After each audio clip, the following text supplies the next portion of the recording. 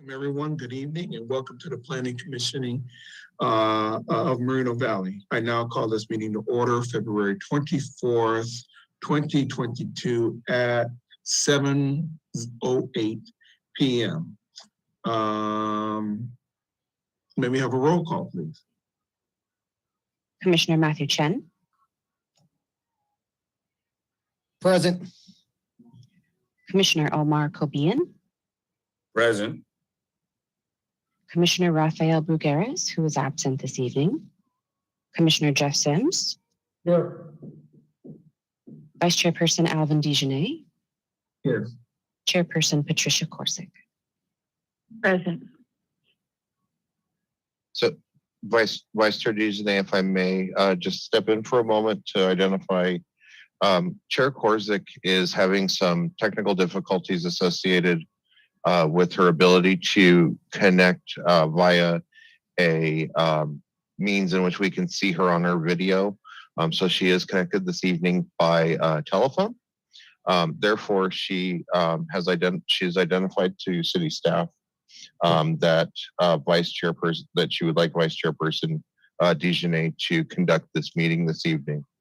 She will still be able to vote and take any actions, even though she is connected by phone. With that, I will hand it back over to you, Vice Chair DeJournette.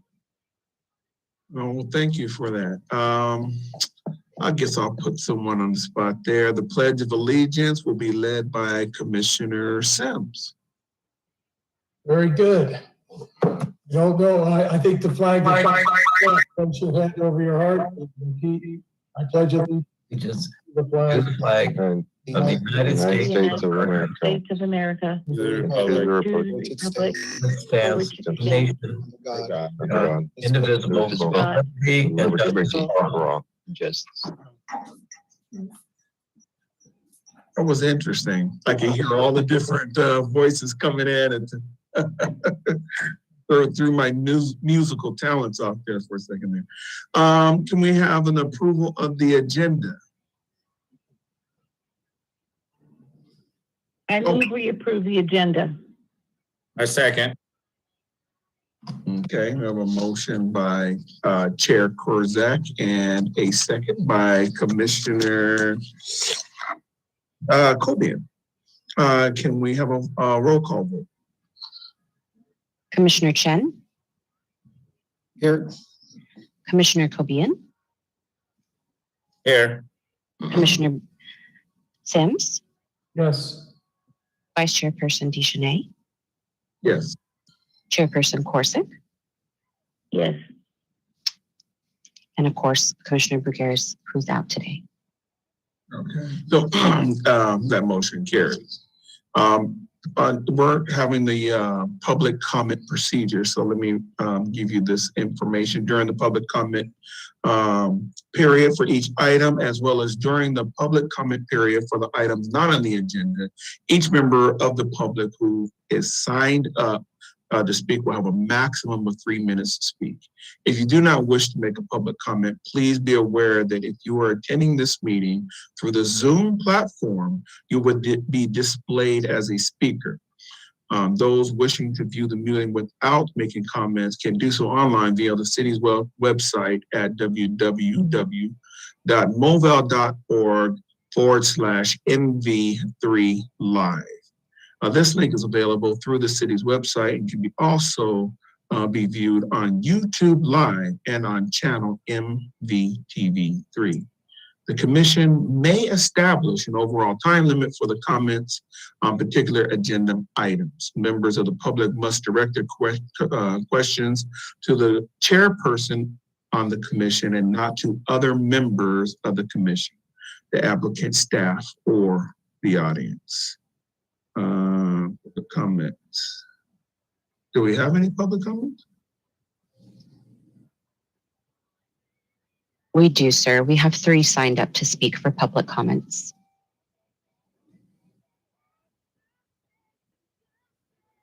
Ashley, before we begin, I would ask if we could, I'm going to note for those who are speaking on items this evening, we do have to display the timer, which identifies the time of 3 minutes.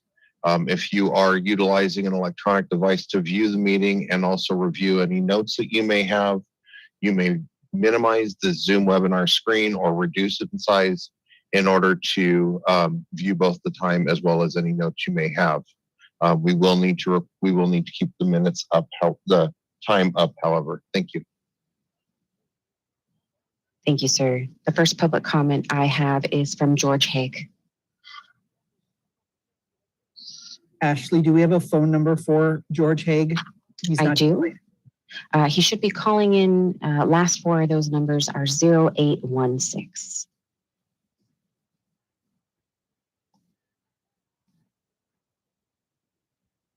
Okay, you're available to speak, George Haig. Please don't cover up my screen. I need to read what I have. Tell me when the time starts. Please tell me when the time starts. Your time has started.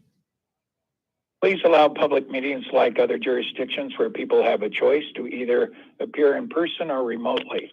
Some people cannot attend in person because of doctor's orders or a person's disability. Continuing to allow remote hearings also reduces vehicle miles traveled and negative impacts on climate change. When I read from a state agency, remember our city allows Heacock and Frederick Street to be truck routes passing near as many as 6 Marina Valley Unified Schools, impacting the health of children and staff with diesel pollution.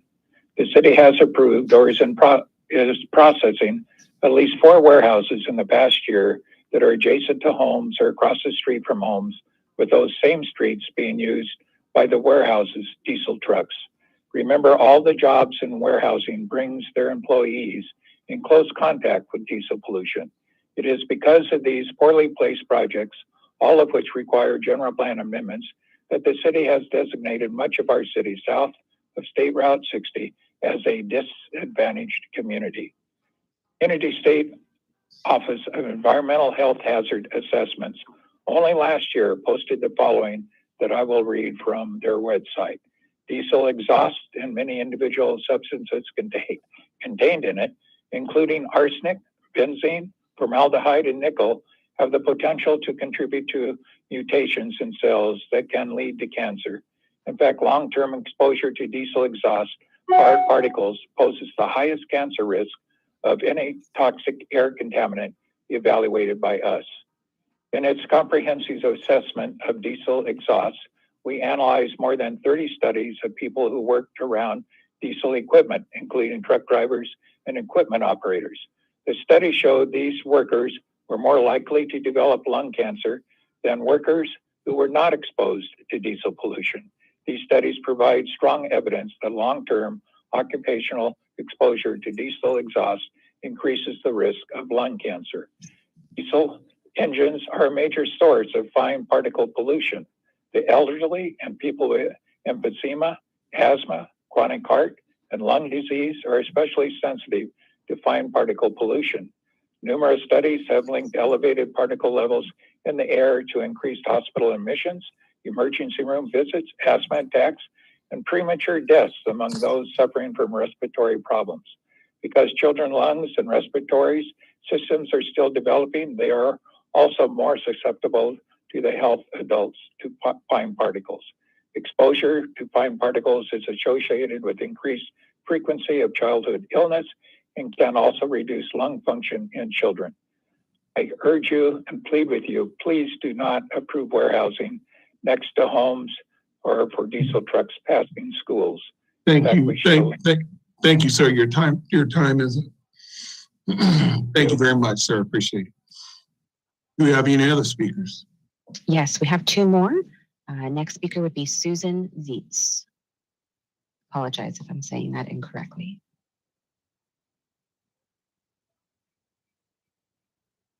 It looks like Susan was calling in last 4 numbers 1262.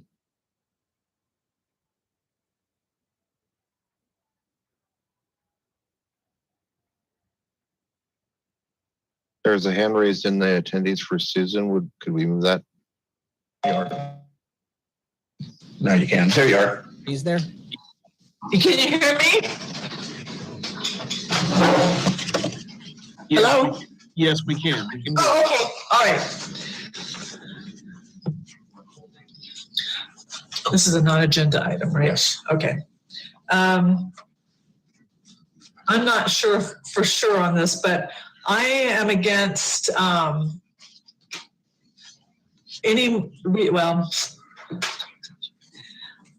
think that we're allowing too many, for instance, of the cannabis type of stores to be applying or being approved for Moreno Valley or changes to them. I think we already have plenty of stores. You know what? I am just not ready for non-agenda items. Let me just say this.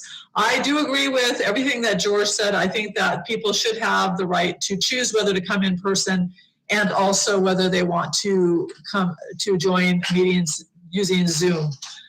Because not everybody, it's not even just COVID. Sometimes it's just mobility, eyesight, having a bad hair day, children at home, traveling to Moreno Valley from your job, from out of the area, and you can pull over and you can be a part of the meeting without actually having to go in person. So I do believe that should be something that is implemented right away. I don't think it's that difficult to do both. Everybody takes their turn, whether in person or using Zoom. So anyways, that's all I wanted to say for that then. Well, thank you. Thank you very much. Do we have any other speakers? We have one more speaker, which actually would be David. Hi, can you still hear me? Yes, sir. Okay. Basically, I'm in agreement with my wife and George. We need to open the meetings back up so people can come, and we do need to still have the outside Zooms or any other process that we need to do to get more people involved in what our city politics are doing.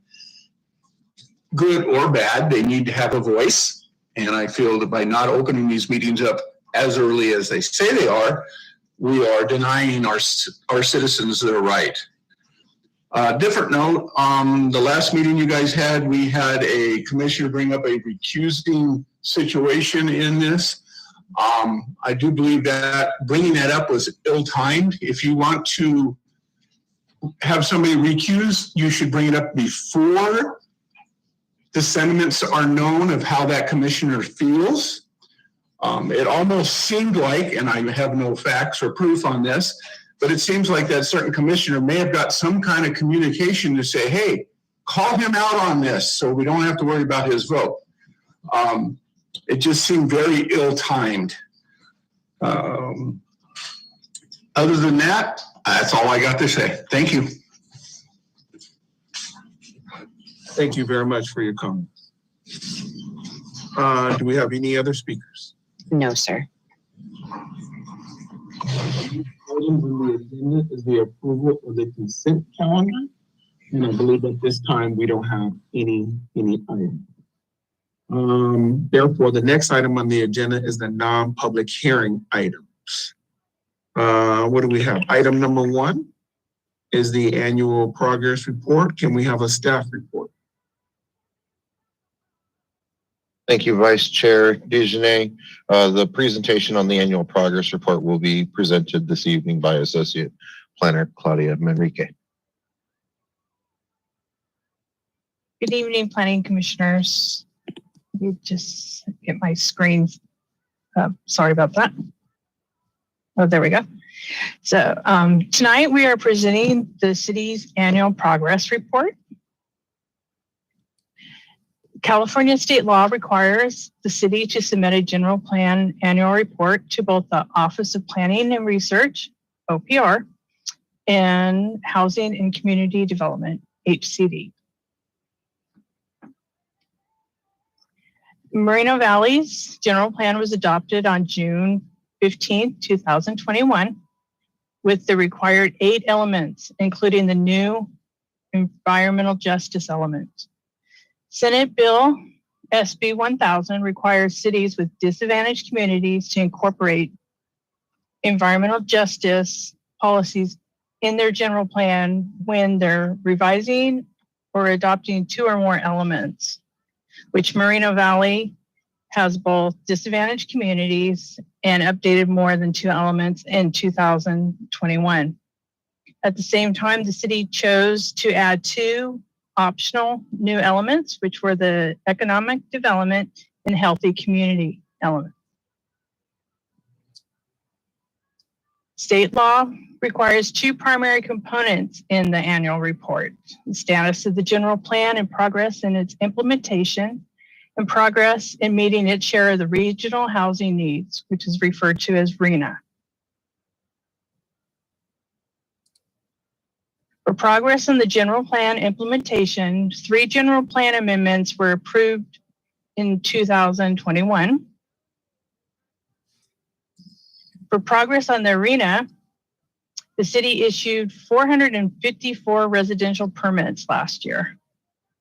The table provided is the total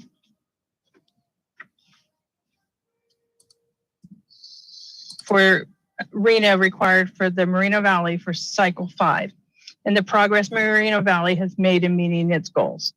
Please note, the RHNA is a planning requirement based on housing needs, not construction quota or mandate. Jurisdictions are not required to build housing or issue permits to achieve their RHNA allocations. Included in the report are the compliments of the Planning Commission for 2021, which you approved 16 major projects last year. In closing, staff recommends that the Planning Commission approve Resolution 2022-10 and forward the item to City Council for their final consideration. This concludes our presentation. Thank you. Thank you. Thank you. That was comprehensive. Are there any commissioner questions for staff?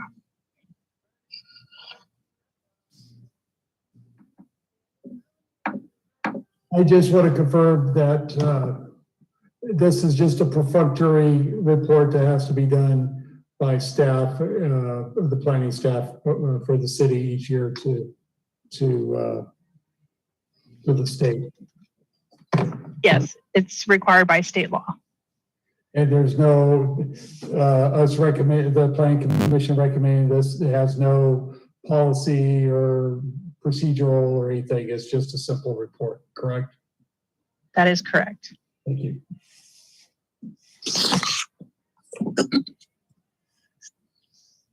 Any other questions from commissioners for staff?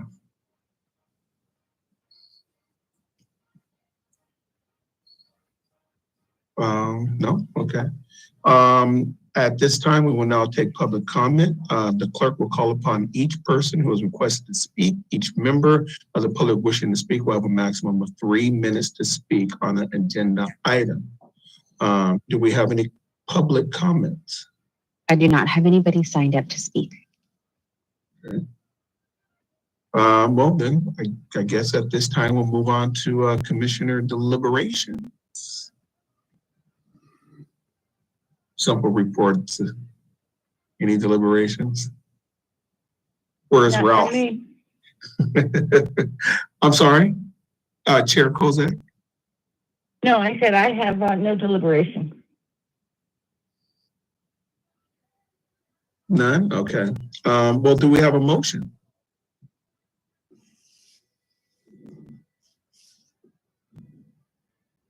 I'll make a motion.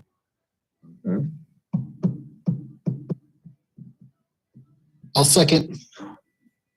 Well, yeah, The motion needs to be a recommendation of either the staff's recommendation, or it needs to be a motion, an alternative motion.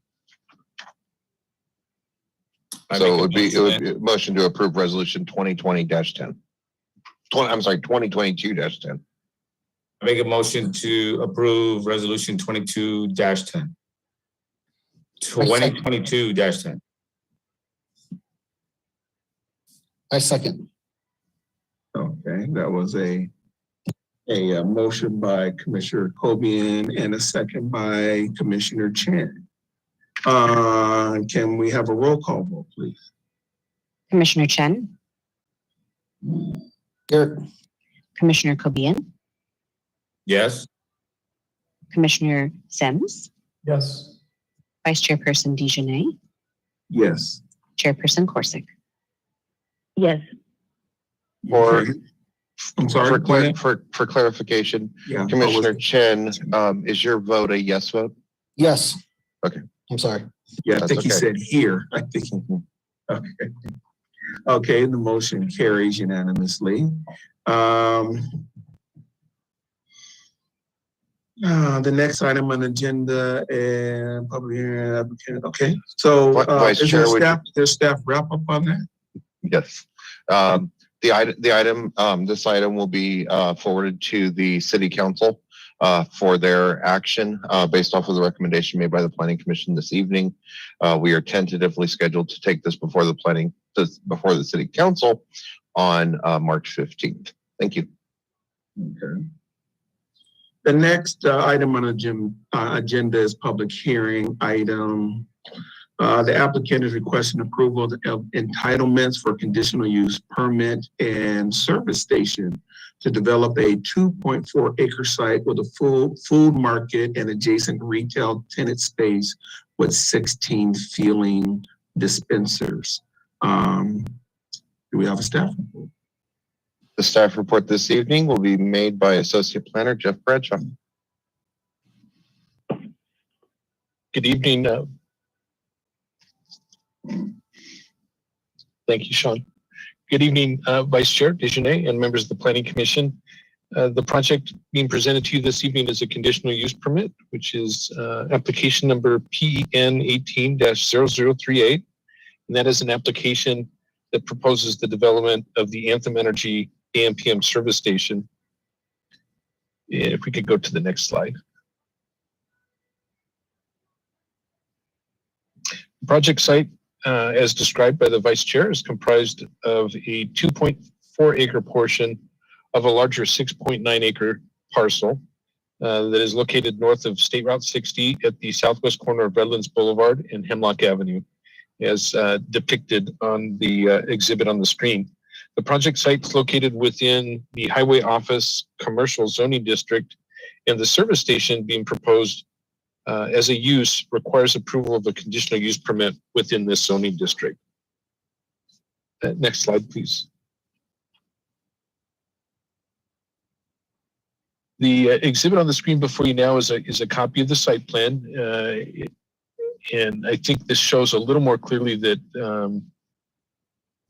the 2.4 acre portion that's being proposed for development. Again, the applicant through this conditional use permit is asking for approval of a service station. This would include a retail building of 6,323 square feet. Of that total square footage, 5,123 square feet would be the food market. This would include an office and storage area in a mezzanine level above the market, and also an adjacent second 1,200 square foot retail tenant space. There will be fueling dispensers for a variety of fuel options. The applicant's proposing traditional gasoline in various grades, diesel, E85 or ethanol, and we have worked with the applicant. The city has to pre-design locations for the future installation of 2 electric vehicle charging stations. And additionally, the applicant worked with staff to design and set aside space in the future for the sale of alternative fuels such as hydrogen. And if the applicant were to decide to expand to include hydrogen as an option, we would review that through a separate application process. The topography for the site is vacant. It's mostly level and at grade with Redlands Boulevard and Hemlock Avenue. And as you notice on the exhibit, the development doesn't extend to the intersection, to the actual corner. And there's an EMWD, Eastern Municipal Water District booster station that's located on that corner, and the development would wrap around that existing facility. The area to the left or to the west and a small portion to the south of the footprint of this development is the remainder acreage. And that area is would remain vacant until the applicant comes forward with a proposal to develop, and that would be reviewed through separate applications and also with a separate environmental review taking place for any expansion onto the developed portion of the site. Existing development in the near vicinity of this project includes vacant homes to the south along Spruce Avenue, vacant homes to the east on the east side of Redlands Boulevard, and vacant property and custom homes on larger acreage in the residential 1 zone. The homes to the south and to the east are now located in the same zone as the service station site, which is Highway Office Commercial. Can we go to the next slide? The design of the service station, the retail building, is been reviewed by staff for consistency with general plan policies and goals for architecture that are specific for the Highway Office Commercial Zone. And in this case, the general plan requires an emphasis in the design that reflects the rural character of that area. So we worked with the applicant through a series of design reviews in order to present the architecture that we're providing to you this evening. Next slide, please, Sean. So the first slide you saw was a rendering. These are the color elevations of the retail building. And the next slide is an example of the canopy structure over the fueling islands. Thank you, Sean. The project has been evaluated under the criteria set forth by the state of California, the California Environmental Quality Act, CEQA, and the CEQA guidelines. In this case, an initial study and mitigated negative declaration were prepared for the project by Rincon Consultants. And this was done in compliance with CEQA guidelines. The mitigated negative declaration examined the potential of this proposed project to create impacts on the environment. The initial study and mitigated negative declaration provide information in support of a finding that the mitigative negative declaration is the appropriate CEQA document for the project. And through the analysis and the discussion in that document, has identified that with the proposed mitigation measures, the project will not have a significant impact on the environment. And in the staff report, there's a copy of the initial study, the mitigative negative declaration, the technical studies prepared in support of this project, as well as a mitigation monitoring program. And in this case, the topics of concern which required mitigation were biological resources, geological resources, and cultural resources. And there are mitigation measures identified to address each of those. And by complying with and meeting those mitigation measures, the project will not result in any significant impacts. The public comment period for the review of this document began on January 14th. The notice of availability was published beginning on January 14th, 2022. That 30-day comment period ended on February 14th of this year. As of the date of the staff report preparation and distribution, as of the completion of that 30-day time frame, the city received 14 responses. Those written responses were attached to the staff report, and those responses were directed to the environmental documentation of the project. And again, those are available as an attachment to the staff report. The project as designed and conditions complies with the city's municipal code. And with that, staff would, let me say this first. In addition to correspondence attached to the staff report, there were additional emails and comment letters provided to the city after the environmental review period was over, but prepared and provided to you, planning commissioners, this evening, comments from residents that were specific to the project itself. And those were sent to you, I believe, in at least two emails with those comment letters packaged, so you can have access to those. Additionally, we provided another email to you this evening there was a copy of a memorandum prepared by the city in which we identify 2 instances in which city staff is recommending changes to the conditions of approval. So if you were to look in the staff report, there is a resolution prepared with findings to support approval of the project. And as part of that resolution is an exhibit, which are the project conditions of approval. That exhibit A, we are recommending to you tonight through this memorandum that be revised and that the conditions noted, the wording and the conditions, the wording of the conditions noted in the memorandum, we are recommending those as the final conditions for the project. With that, I would conclude my staff report by recommending approval of the project to the Planning Commission through your approval of both resolutions 2022-11 and 2022-12. I'm available for any questions that you might have. The applicant is available here this evening with his team, as well as the environmental consultant that assisted the city in preparing that document.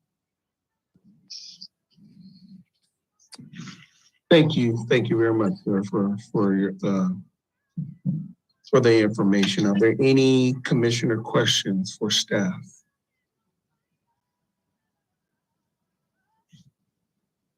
I have a question. That street, are they gonna build out that Hemlock Street? That's not an existing street now. Is that the plan? Yes, they're required through conditions to develop the Hemlock frontage across their street, starting at the intersection at Redlands.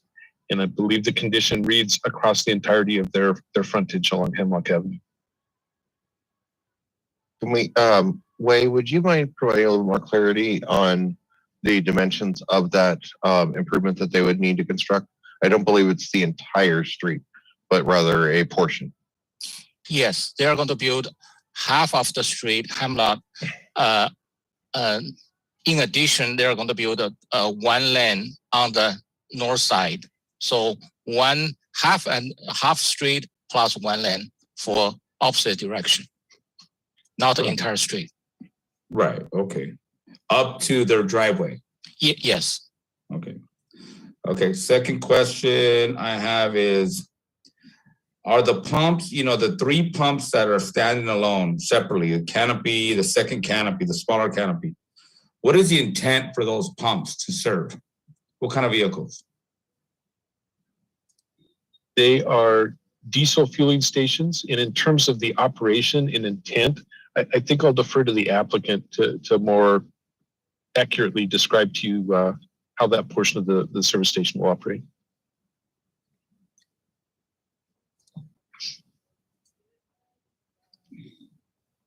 So traditionally what we would do, Commissioner Cobian, for that is we would hold until after they give their presentation. We would ask that you Okay.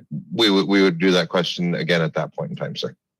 For that question, okay. Yes, so should I just wait for all my questions at the end? Or? No, I apologize, and I didn't answer that probably as completely as I could. Just for giving you a complete and accurate answer for that one question, I think the applicant can better address that. And then, like Sean said, we could defer to the after their presentation. But if you have other questions, I'd like to answer those for you if you have any others. On the drawing, I'm looking at the floor plan. Where were they thinking about putting the new electric charging stations? Are they on the plan themselves? Yes, I believe they should be. Could be new 11. So it's number 11 on this. Okay. So I see 2 spots. Okay, right next to the front. Well, those are better than in the back. Okay. Yep. That's it. Thank you. Thank you. I believe Commissioner Sims has his hand raised. Yeah, thank you. Couple of questions on the traffic analysis. I just, when were the traffic counts done for this project? When were the traffic? Understood. For the traffic portion, I think, Sean, unless we wait to provide a response, defer maybe to the preparing traffic consultant to provide a response. I think for that it would be appropriate. Perry, would you be able to comment on, would you be able to respond to that on terms of time frame? Yes, the traffic counts were conducted in May of 2019. and the analysis is basically calculated for the year 2024. Does the, okay.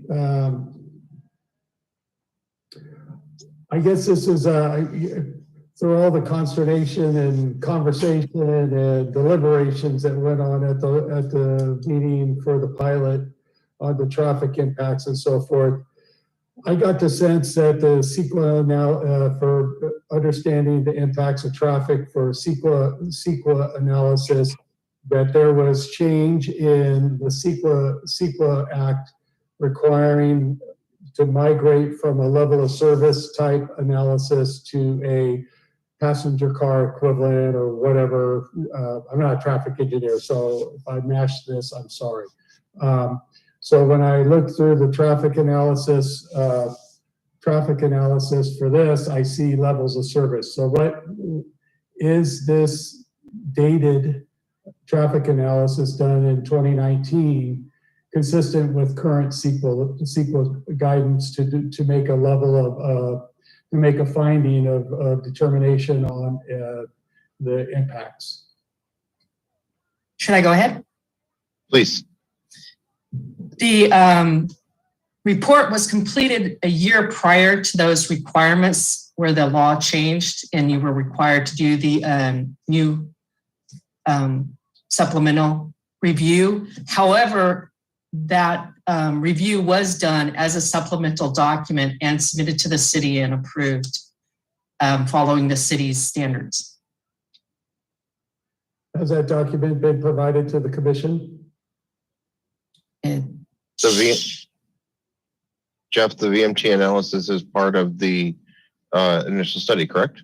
It should be attached as part of the appendices and the traffic study provided to planning to include in the initial study.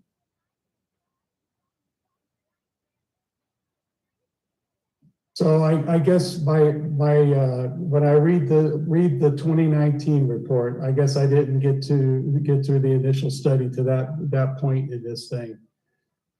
But going to level of service, without the project, there's segments of Redlands Boulevard that appear to be level of service F. So I don't know, that's just an observation. I have concern that a dated traffic analysis from 2019, when I looked through the report, it references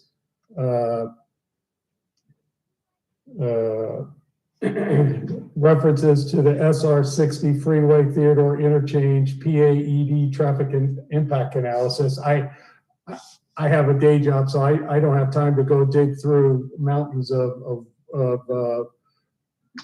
reference things. But a question that would come to mind is the 2019 traffic analysis done for this AMP project reflective of the Moreno Valley Trade Center, which is on continuance?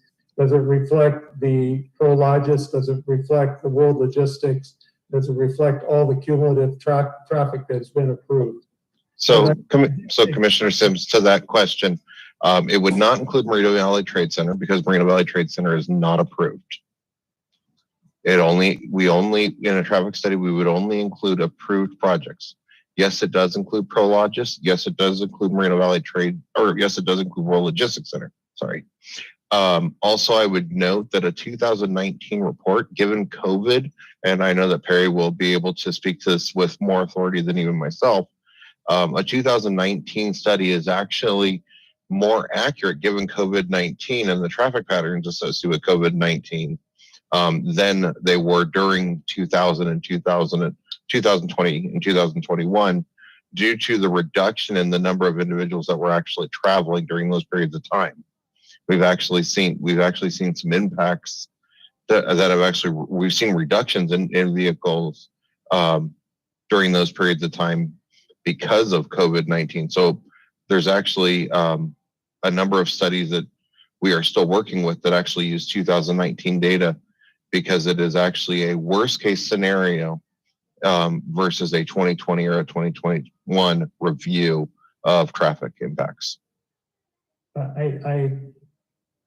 take that for just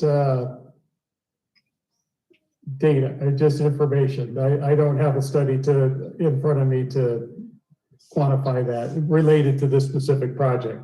I did, however, go back and I pulled the pilot traffic study to compare the existing traffic that was, and I assumed that the pilot traffic study was done more recent than this traffic study. And what was interesting to me is to note the traffic between the 60 freeway on Redlands Boulevard, south of the 60, are relatively close, within, I mean, less than 5%, I would say is the numbers. However, there's a significant discrepancy in the eastbound traffic on Eucalyptus at Redlands Boulevard. The pilot shows 3 times the amount of traffic, and the pilot traffic analysis throws 3 times as much traffic, existing traffic, at the intersection of Eucalyptus and Redlands than does the 2019 report for the AMPM. So I don't know what to make of that, but I'm just saying I don't know how that squares up with the analysis. So for that, I would ask either Wei or Perry to please address that question. Okay, there's a huge difference prior to pandemic and after pandemic. For the pilot traffic study, that reflect after pandemic traffic condition. This one is a prior pandemic condition, so they are different.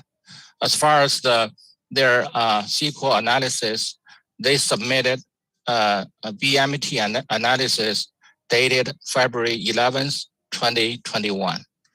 Also on the traffic studies, page 33, is listed all the accumulative impact toward to this project. They're the big table, including World Logistics Center. Okay, thank you. And then my other question is, can you explain just for the commissioners and myself, what for the general plan update that we just heard the report on, what does, I mean, this project is within the proposed, or I don't know if the existing land use, but it's this highway office commercial. What is the general plan's vision for that area? Could you enlighten the commission and the public on what the general plan calls for the development type in that area? If you'll give me just a moment, I will actually pull the description directly from the general plan.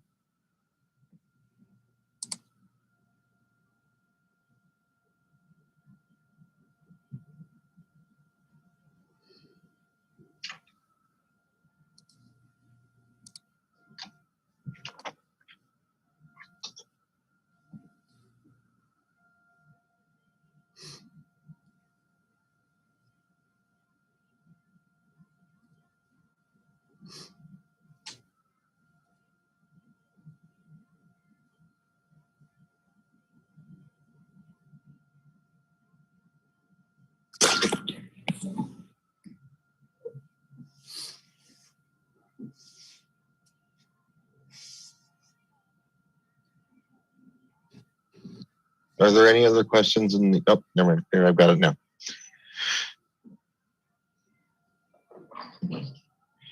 The designation provides for a distinctive employment or education campus at the eastern gateway to the city. Primary permitted uses include office, education, research development, organized cluster development patterns with intervening land uses of landscape open space, auxiliary commercial uses, including restaurants, retail, and service uses, such as this one, are also permitted. The architectural style of development should be reinforce the rural character intended for the surrounding area. Okay, thank you. I had one other question and it slipped my mind while I was waiting there. What was my other question? But I will come back. When I remember, I will ask it. All right, sir. Thank you. Okay, are there any other commissioner questions at this time?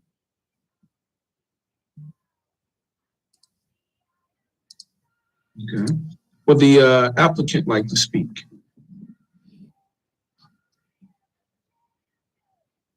If you don't mind, I'll get started. Good evening, commissioners. My name is Ahmad Gadiri with ANS Engineering. I'm the architect of the project. Thank you for your time this afternoon.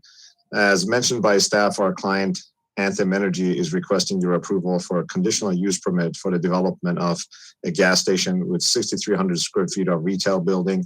That includes 5,100 square feet of food mart with office and storage in the mezzanine level, and adjacent 1,200 square feet retail tenant space and fuel station within your highway office commercial designation.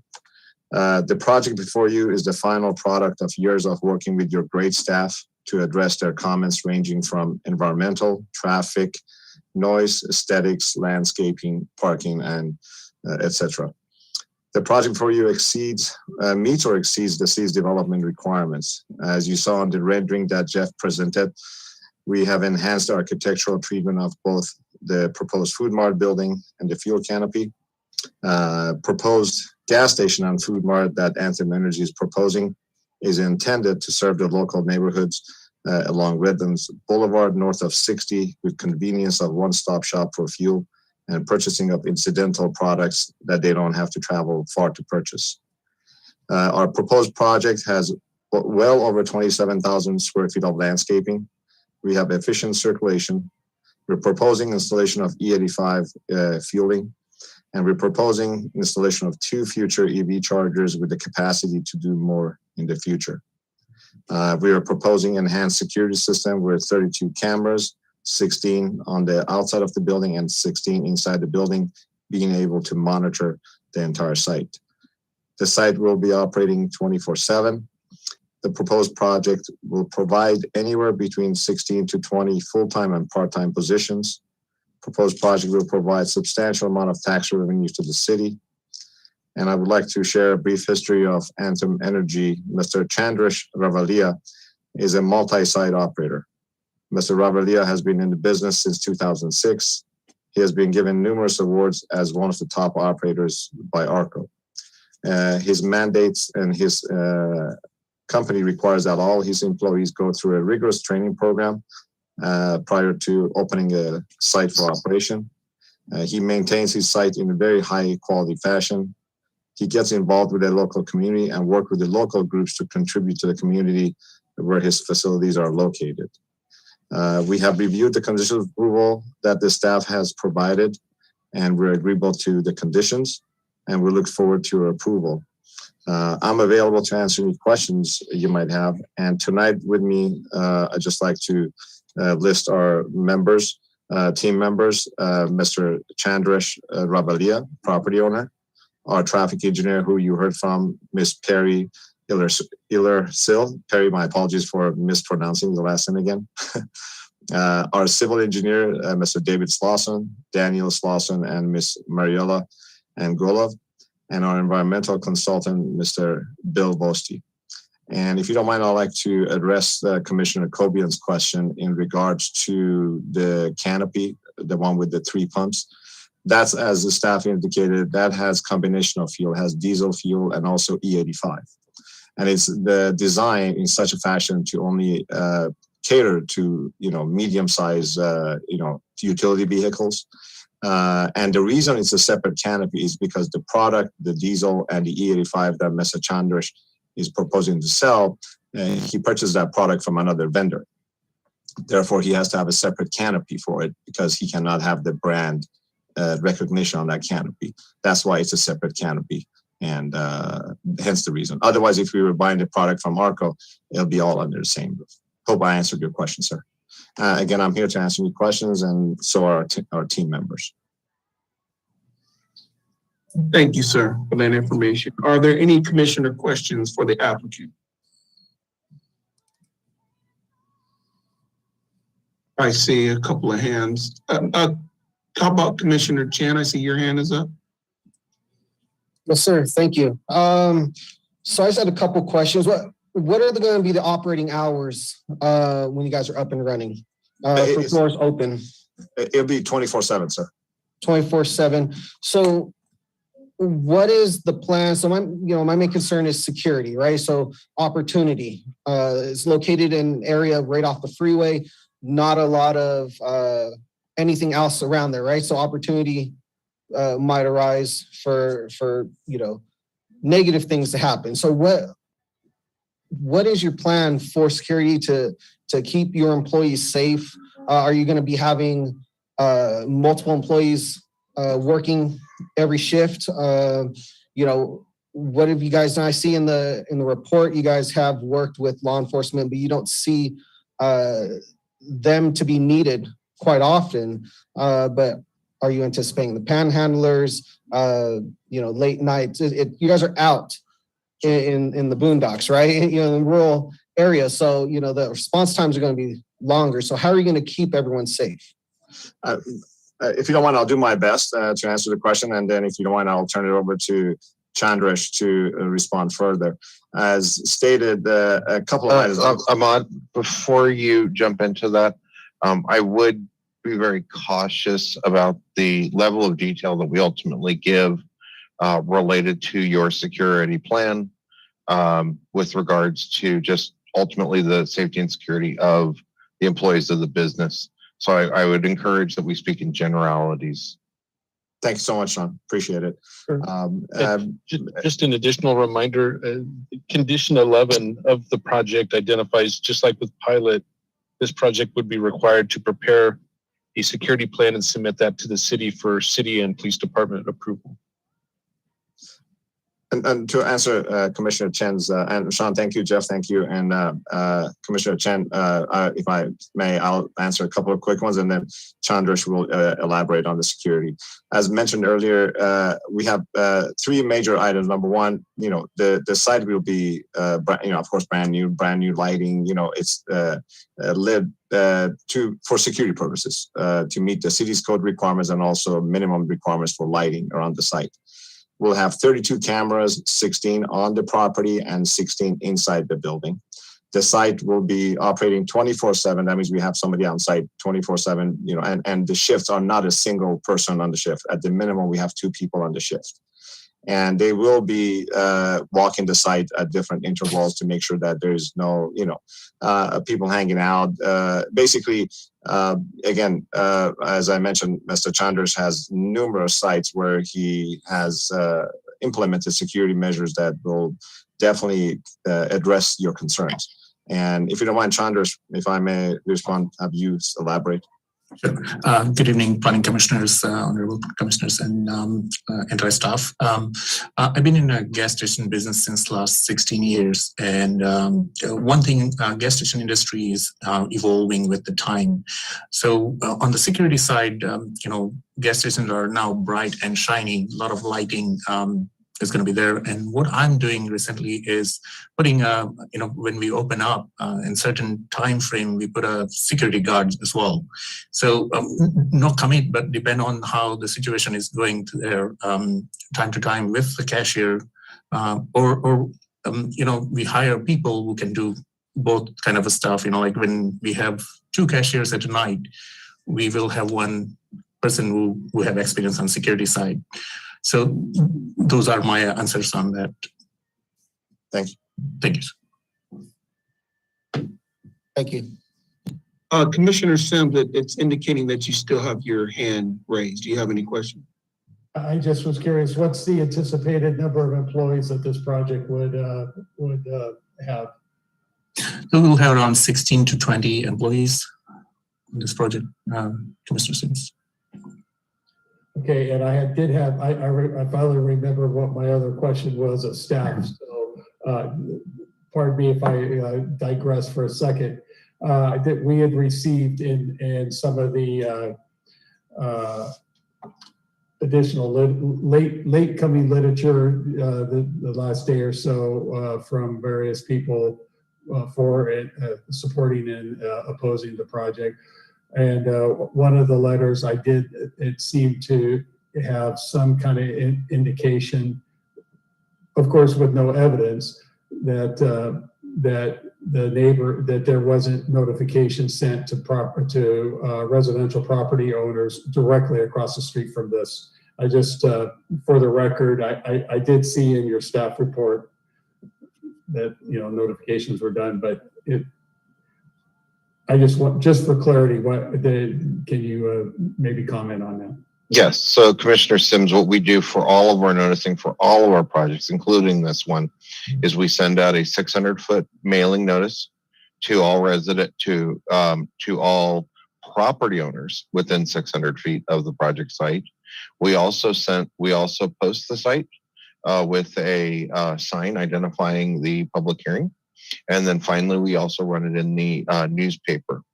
The provisions of state law actually are far less than what we do. We have a very, the city of Moreno Valley is,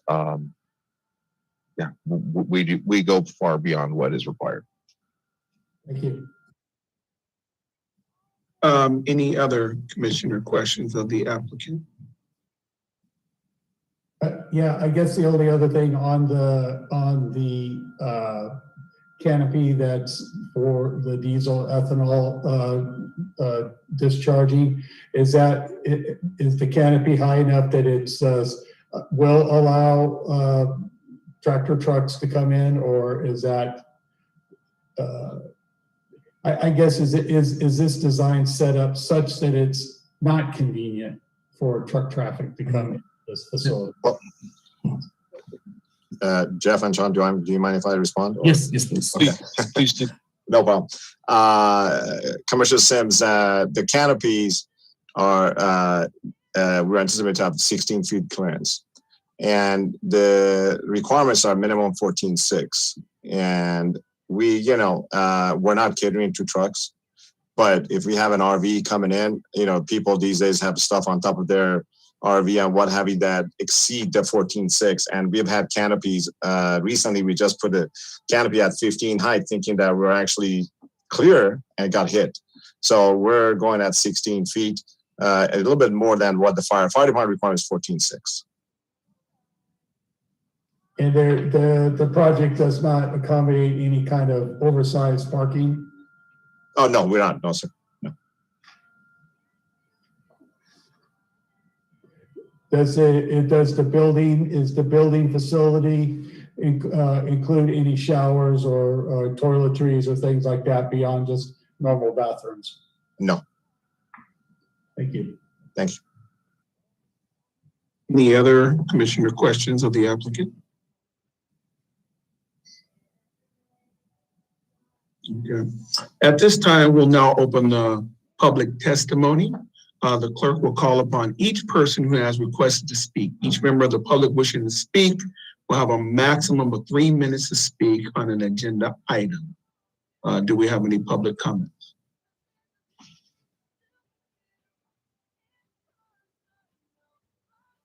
Yes, sir. Sorry about that. I have 19 signed up to speak on this item. Would you like me to call them as we go? Yes, maybe get them prepped, maybe a couple at a time, so we know what the next person is doing. Yeah, I can do 3 at a time if you'd like. That's perfect. Okay, so our first 3 are going to be George Haig, followed by Susan Zietz, and then David Zietz. Sorry, Ashley, can you give me the last 4 of George Haig's number one more time, please? Yes, it's 0816.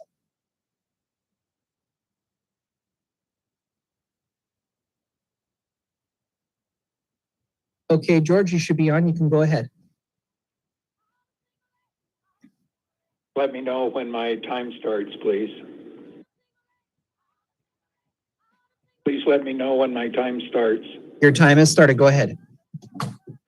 Traffic analysis is not just done on approved projects, but also foreseeable projects like the Pilot Travel Center, which with its 4,000 trips, including 800 from diesel trucks, and the Moreno Valley Trade Center with its 8,000 trips, many of them diesel trucks.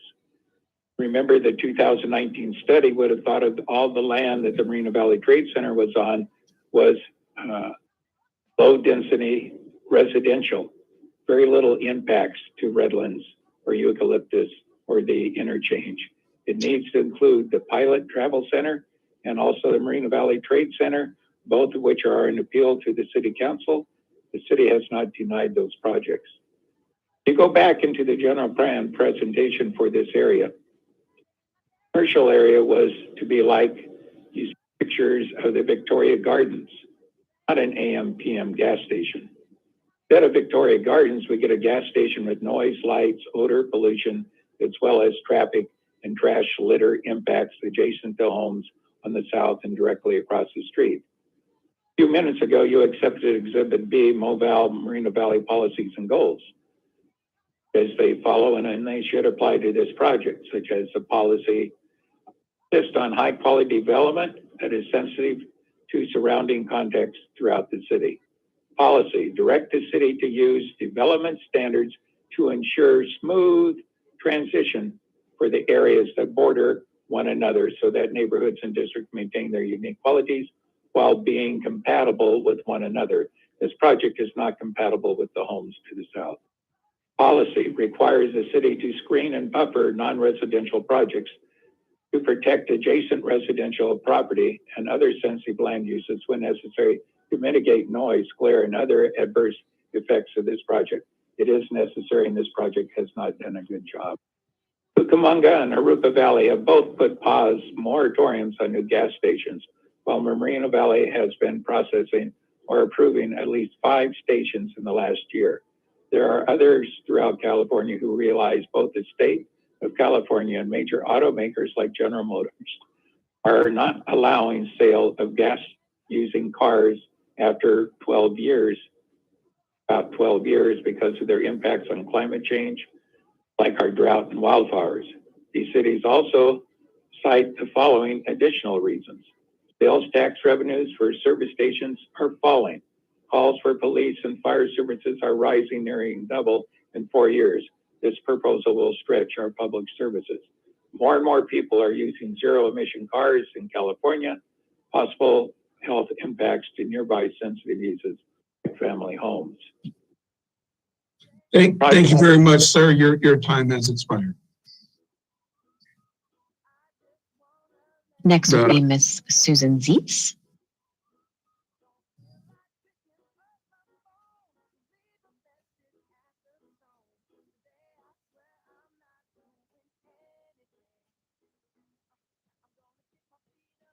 I do see Susan has her hand raised. And go ahead, Susan, you guys are on.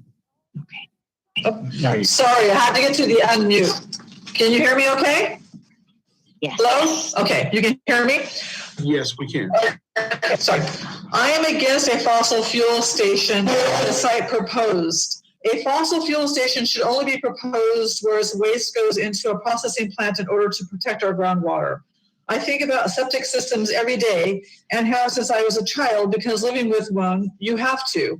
In our home, we give the talk to our first-time guests, the toilet talk, which leads to what can and can't go down the drains talk. Or on subsequent visits, they're reminded. It's a responsibility we take seriously. We know what's flushed or what goes down the drains goes into our groundwater, and so do many living in the rural and older areas of Marina Valley. Toxins go into city sewers, go to processing plants. Toxins that go into a septic tank go directly into groundwater, which makes the septic system a toxic well. What is the risk assessment of the Eastern Municipal Water District's booster pumping station located on the southwest corner of Redlands Boulevard and Hemlock Avenue that discharges and conveys water to a 2,080 pressure transmission and distribution pipeline system and its 1,500 linear feet of 24-inch diameter discharge pipe within the public's right-of-way? What if, in the event of a seismic industrial accidental contamination of a septic well, or worse, some sort of explosion? What happens to that? And what is the Marina Valley's emergency response? And what guarantees that Marina Valley citizens won't have to pay for a toxic cleanup? As there is no way to control what goes into a public septic system, no way to ensure federal rules, no way to control what will get into our groundwater, we should not allow public septic systems. Marina Valley has countless fossil fuel stations that even now are on the brink of being obsolete, with the mandates and car companies are already looking forward to all electric-powered vehicles. So the risk to our groundwater far outweighs the need of a fossil fuel station. As with the pilot station that you denied, as it would bring unwanted residual blight and crime to the area, we shouldn't be and shouldn't be at one of the most visible city gateways we have. In talking to a Riverside County official, I learned that developers' first steps should be to seek approval for using a public large capacity septic system from both the County of Riverside and the Santa Ana Regional Water Quality Management before submitting the proposal to the public and the City of Moreno Valley for consideration, which I didn't see. The outdated traffic report for this proposal, nowhere could I find what was included or not included. So I would consider it still obsolete. I think that there needs to be a much more detailed accounting of what is included, because some of the 70 million plus square feet of commercial warehouse and office development approved in Northeast Moreno Valley, just south and east of this proposed project, whose traffic will include hundreds of thousands, maybe even millions of diesel and other daily vehicle trips coming into and through our city, which has already overwhelmed the 60 and once developed won't just stop traffic on Highway 60, but will overwhelm it on the Redlands Boulevard. Thank you very much for your comments. I just read that.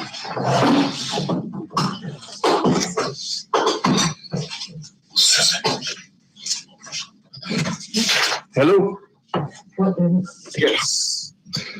Okay, am I up now? It's David. Yes, go ahead. Okay.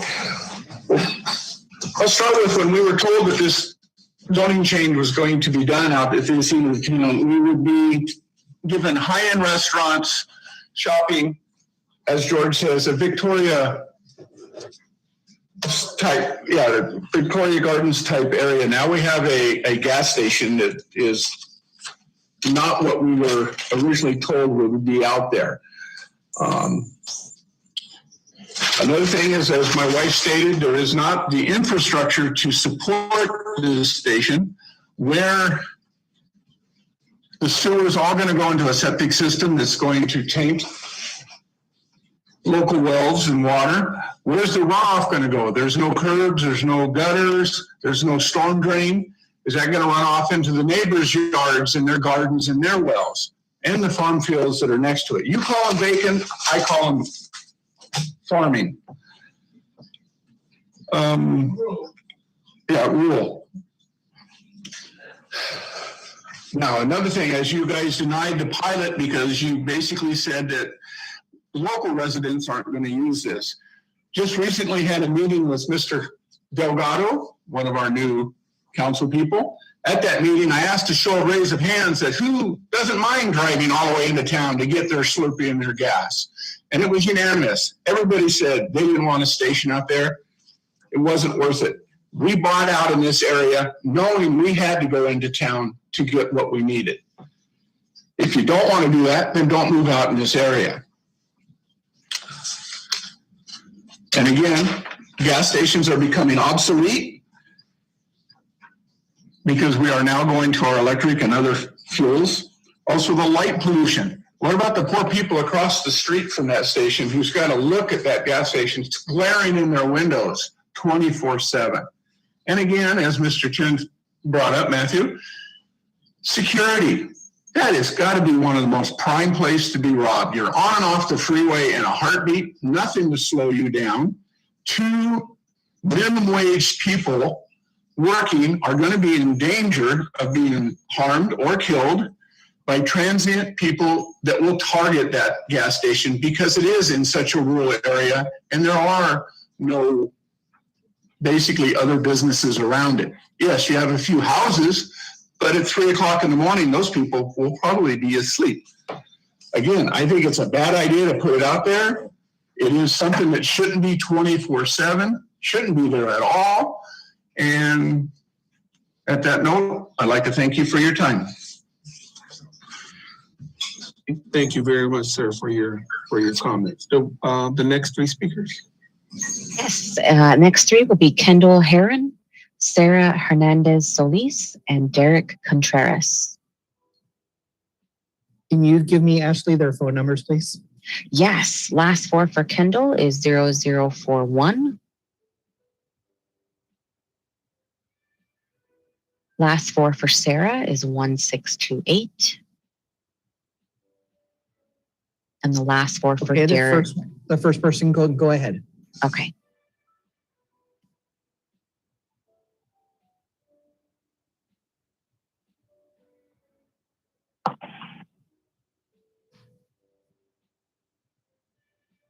You can go ahead and I speak. believe we have the wrong number that's been identified. The phone number was 0041. Correct. We have 3004 up currently.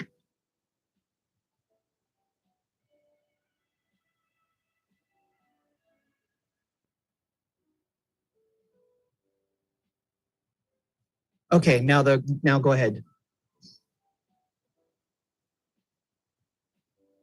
Hello? Go ahead, Hello? you can talk. Hello? Go ahead. Hello, and good evening. I'm calling in regards to the proposed ARCO ASP invitation on Redlands Boulevard in Hemlock. I support this proposal, and here's why. We don't have any gas stations going to the freeway on Redlands Boulevard, and it'd be nice to have one right by the freeway. Also, gas stations are open 24/7, which means they need to hire workers. This would bring more jobs to our community, which I'm sure we all want. Gas stations generate sales tax revenue. This station would be right off the freeway, so we can benefit from having out-of-town commuters stopping in Moreno Valley to fill up. This proposal includes a market which will be convenient for nearby residents who won't have to make the drive to a grocery store if they just need a few items. The impact of this gas station / market on the neighborhood is minimal. This is a great location for a gas station, and I urge the Planning Commission to approve this project. Thanks. Thank you.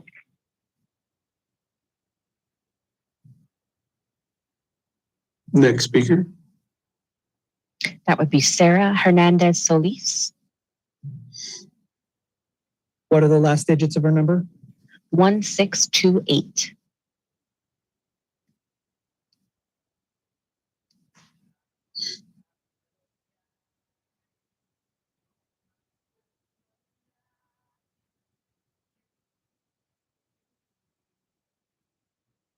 Hello, this is Sarah. Go ahead, we can hear you. Okay. Good evening, commissioners. I live near the project site, and I'm calling in to voice my support. The proposed gas station and market is an ideal location right off of the freeway. It won't be close to the residential neighborhood, so we won't see a big traffic impact or disturbance. It will have a market which is more convenient than driving to a grocery store or to the Target Center on Moreno Valley Drive. And I do have kids at home, and sometimes I just need to grab a few items. There's also no gas stations on this end of the city, and it would be nice to stop by and grab gas before I get on the freeway. I hope you will approve this project, and thank you.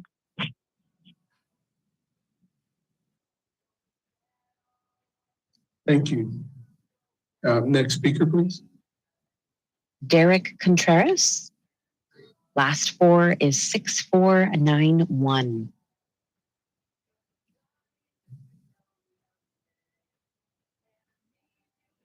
And go ahead, we're ready.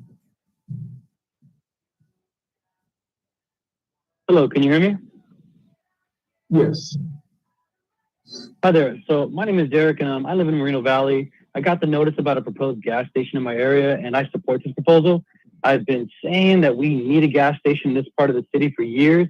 I get on the freeway at Redlands Boulevard, and it's annoying that I actually have to get gas in another exit. It would help to have gas at it would have to have the gas station in this location because we don't have any north of the 60. I also like that there's a market so I can grab coffee or a bag of chips before I head out. Please approve this gas station. Thanks. Thank you. The next set of speakers. The next three speakers we'll have will be Alma Hernandez, Tom Thornsley, and Angelina Huerta. Last four for Alma is 9608.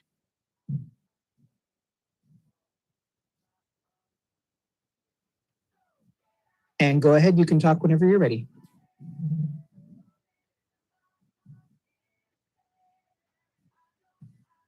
If you're calling on a phone, you're going to want to hit *6 and to unmute yourself.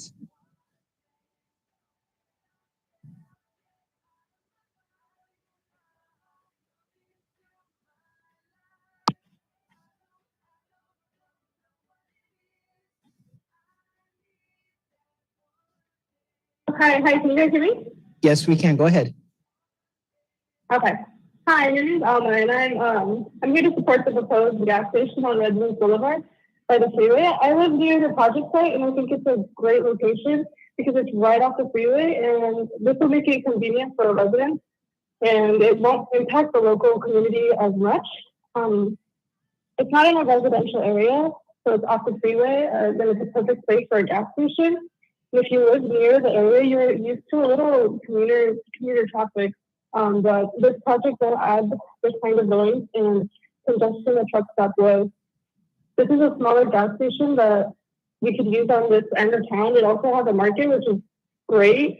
So we don't have to drive too far to pick up a few items. So yeah, please approve this. Thank you.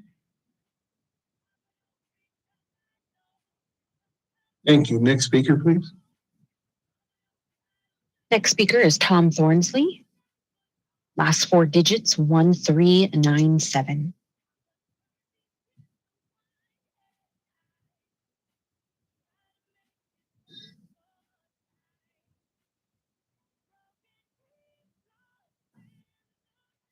I'm not seeing him in the queue. Okay, we can move on to Angelina Huerta. Last four is 1315. Okay, go ahead and speak whenever you're ready.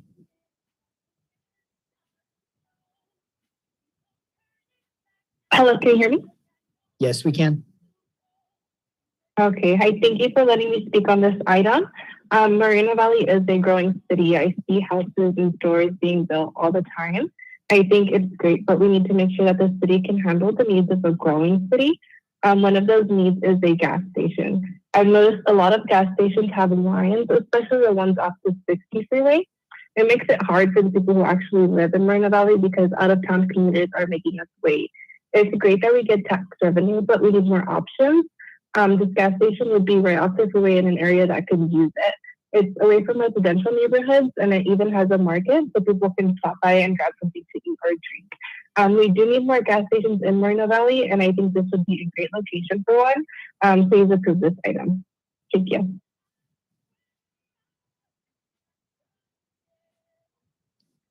Thank you. Next set of speakers, please. The next three speakers will be Kasadi Boyd, Paul Fanbella, and Haley Kenny.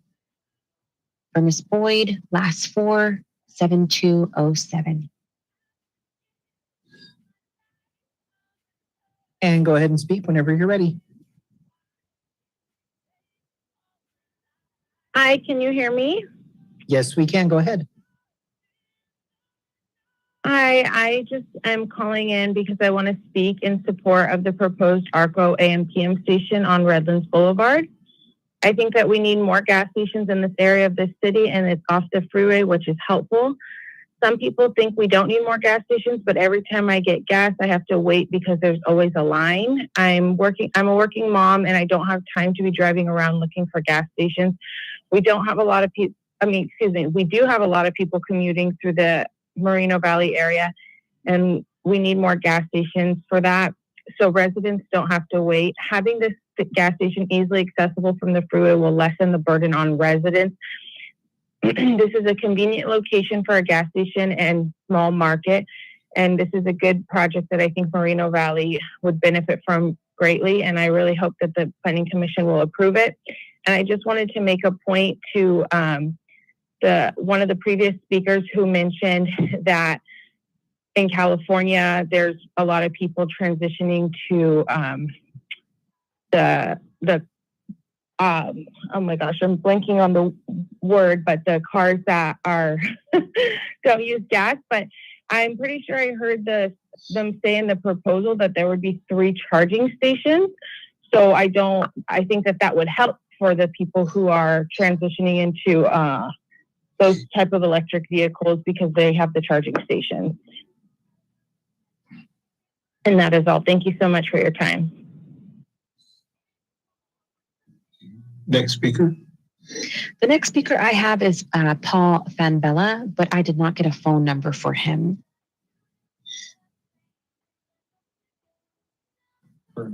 Paul, if you're calling in on a phone, go ahead and hit *9 and it'll raise your hand and that'll help me find you.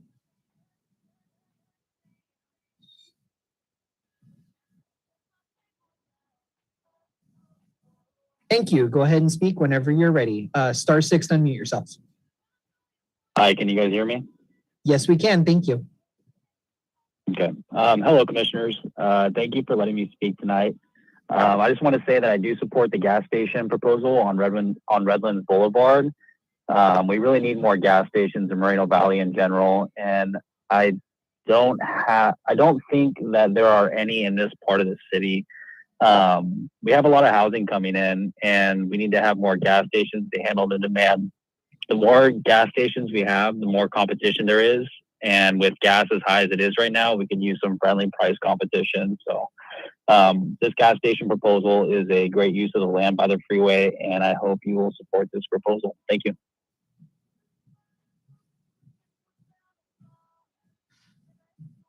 Thank you.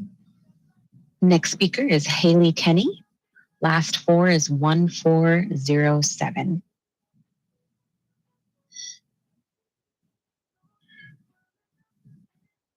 And go ahead and speak whenever you're ready. Can you, Yes, we can. can you Go hear ahead. me? Yes, we can. Go Okay, ahead. sorry. Thank you for allowing me to speak on this matter. I would like the proposed gas station. What better way can you have along the highway?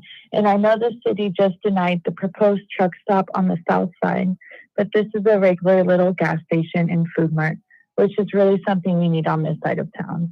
Right now, if I need something small from the store, I have to drive to Moreno Beach Drive or even further. This will be much more convenient. This proposed gas station is next to the freeway, right where gas stations should be located. They are easy to access and don't interfere with our residential neighborhoods. I ask the Planning Commission to approve this project. Thank you. Thank you. Next set of speakers. We'll have Paul Hernandez, Connie, followed by Bob. Mr. Hernandez, last four is 5466. And go ahead and speak whenever you're ready. Hello, can you hear me? Yes, we can. Thank you. Hey, I'm Paul. We need more gas stations in Moreno Valley. Gas prices are going up like crazy, and the more options we have, the more gas stations will have to compete on prices. I have a family to support, so I shop around for the best gas prices. And I also read that it's proposed for an ARCO station. They usually have cheaper gas, so let's approve it.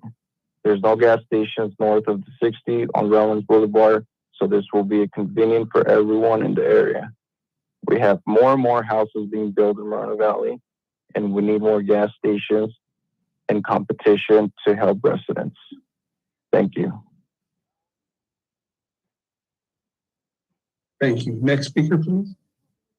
That would be Connie, last four, 3004. And go ahead whenever you're ready. Hello, can you help? Yes, we can. Go ahead. Hi, my name is Connie, and I like very much the fact that the gas station is going to be placed on the north side of Redlands.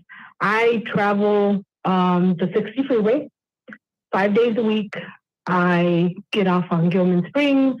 Sometimes I come from Gilman Springs, but I'm always on the 60. And often I am down to the last drop of gas, and I have to stress about getting off at Moreno Beach to try and get to the AM/PM that's always packed.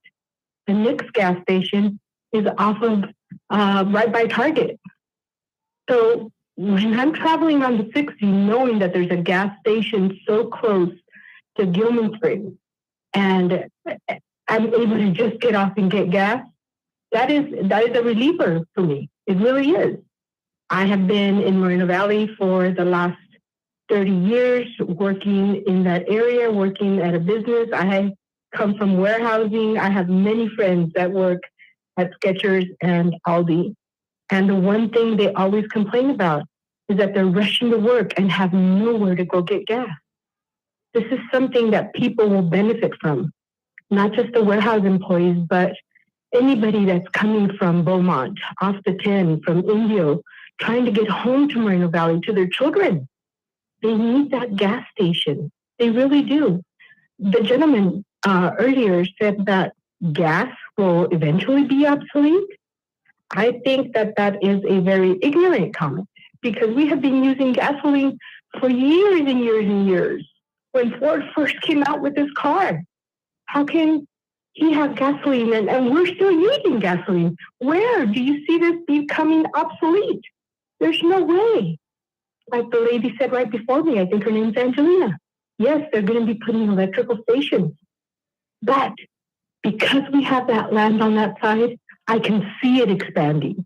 I can see more grocery stores. I can see little In-N-Outs or maybe another restaurant being put in. Because Moreno Valley is growing. It's growing fast and it's growing quick. Schools are being built. Sewers will be repaired. Freeways are going to get expanded. There is so much coming to the city. The city's growing. And I really believe that that gas station is just the beginning for that area. And I'm hoping that the proposed plans continue and that they are building more in that area for the communities. Thank you. Thank you.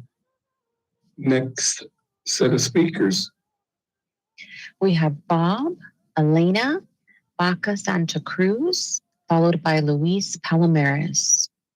Last four for Bob is 2648.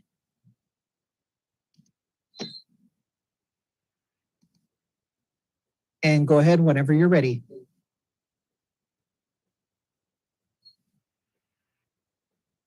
Can you hear me? Yes, we can. Go ahead. Yeah, good evening, commissioners. I think this is a quality project in that area. There's nothing out there. You know, I'm in favor of it. And it's just an ideal area. And everybody that lives around it or travels through there, whether you're coming on the 60 West, is going to benefit from it. That's, you know, it's a great convenience for all the people, like all the people that have been in favor of it that live out in that area.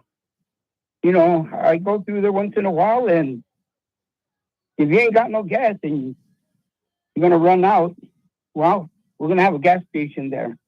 And if not, you got to go where, if you're going west, you got to go to Nason. That's inconvenience.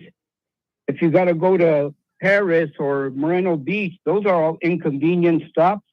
This is perfect. I mean, I can't see how it won't pass, to be honest with you. And if you think about it, I don't think you could find anything that would oppose it. I mean, it's just a great thing. It's kind of a gas station that's being put now for the future of that area. So I hope you pass it. Thank you very much. Thank you. Next speaker, please. Next speaker is Elena Baca Santa Cruz. She'll be using the Zoom app function.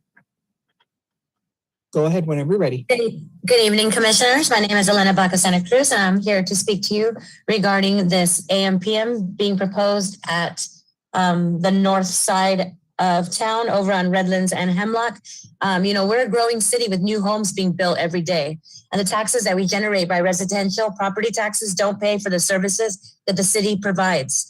So that's why we need more commercial uses to pay property taxes and sales tax. When we think about paying services like fire and police, we've got to know that those have to be paid from somewhere. So we're either going to pay them through our property taxes, or we can pay them through commercial use taxes, sales taxes. A lot of people are saying that they want this project.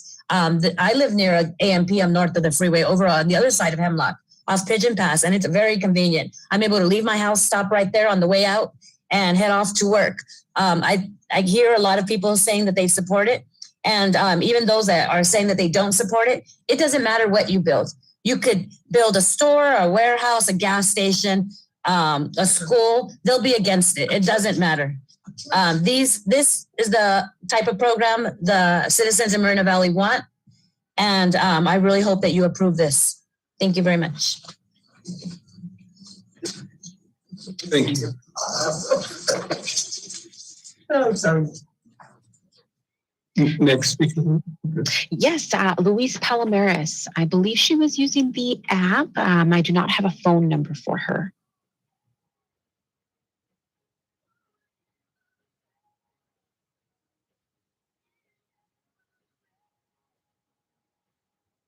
Ms. Palomares, if you were there, if you could dial *9 to raise your hand. Can you hear me? Yes, thank you. Okay. Luis Palomares, community activist. Wow, we have a lot of good speakers that spoke about this, and it's great. We needed this gas station because, you know, when you're coming from... Pardon me, just start the timer. There we go. Okay. Luis Palomares, community activist. I think this is a good project. A lot of people, a lot of speakers were in favor of it. Great. Like the pilot, they didn't want it because it was going to be gloom and doom, prostitution, human trafficking, truck drivers staying there all night. Come on. So now they're doing that with this project too. It's an AM PM gas station, and it's less money to buy gas than to go on Moreno Valley Beach now because they turned that into a 76. Not only that, when you come across, you know, you got to go, if you're north of the freeway, you got to come across back off on the street to get to that 76. Now, a lot of people are on that side. So what are they going to do? Get on Redlands and get off on Marina Beach to get gas? Come on, it's not going to make the traffic. There's no traffic. That's a bunch of nonsense. So as far as some of the speakers against it, it's always about gloom and doom. The sky's falling. Come on, we need this gas station here. You know, the NIMBYs don't want it. Don't put it in my backyard. Come on, I got a gas station that's going to come on right down the street from me. That's 7-Eleven. I'm glad it's coming. I'm glad it's coming. We need that here. And also, I got a daughter, 2 daughters that live out there, and a niece and a son, and they're all ecstatic about this gas station. That will keep them on that side of town. They don't gotta come this way with traffic and everything. They come because some of them go through the other canyon. What is that other canyon? It's Timateo Canyon. You know, sometimes they have to backtrack and come down to Marina Beach and then get back that way. So come on, we need this. This is a good project. You know, also we need it here. I don't believe about all this traffic jam stuff. It's going to ease traffic because they're not going to go back and then back the other way again. So I support it 100%. We got to make it come. I believe the developer has been trying to get this coming for the longest time, and he's done everything and jumped through all the hoops that the city is asking for. And I think, you know, hey, it's time. So we got to do something about letting this come. And also, as far as the gas, as far as electric cars, come on, gas ain't going to go out of style. It's going to be a long time. I'll probably be dead before every car on the road's electric. It's going to be a long time coming. And as far as the developer, he already put 3 stations for the electric cars. So it's going to serve the purpose, and also diesel. And he raised it 16 feet instead of 14. So that's great. He's crossed all the bridges you wanted him to, and all the loops and everything else. So please approve this project. And as far as the 3 that didn't want it, they never want anything here, the sites and the George Hanks. So thank you. Thank you. Next set of speakers, please. The next 2 speakers that are left are Roy Blackard and Elmer Thomas. For Mr. Blackard, if you are attending, if you can hear us, please dial *9 so we can identify you.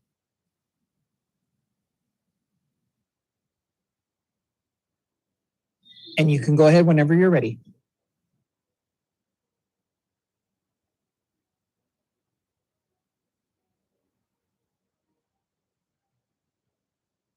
It is *6 to unmute yourself.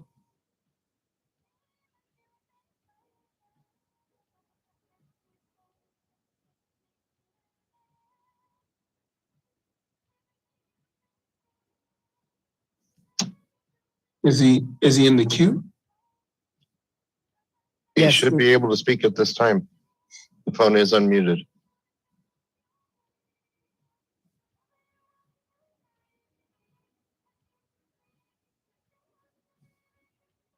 Hello? Hello, you got a copy? Yes, we can hear you, Roy. Okay, finally, you got to figure out this. Just as an aside, I got a letter into the city council about these Zoom meetings and all the harangue we're going. I hope more will join me on. I want to say about the some that propose or allege that they're environmentalists. Some of them you could have identified where they were going around the city because their cars were burning more oil out the tailpipe, and you could identify where they were from 2 miles away from the gray smoke that was coming out of their cars. On the second point, for those that say not in their backyard, I'm a native of this area for parts of 7 decades. Most of you encroached on my area, and if I took your attitude, you wouldn't be here.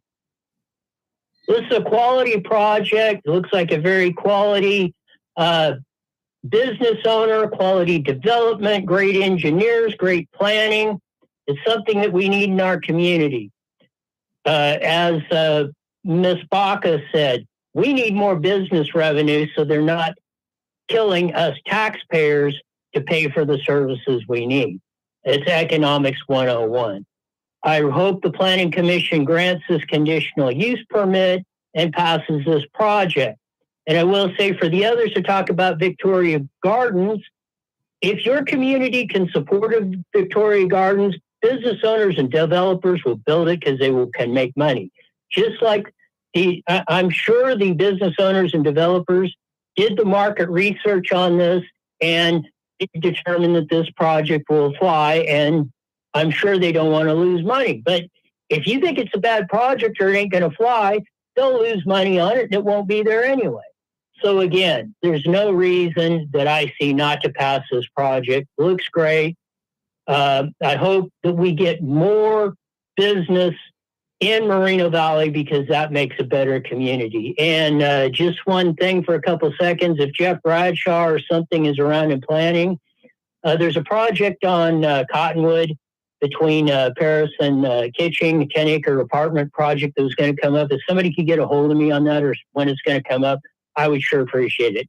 And don't shoot me for getting off topic. Thank you. Thank you. Next speaker, please. Elmer Thomas. Last 4 is 0910. Go ahead, Mr. Thomas. Hello.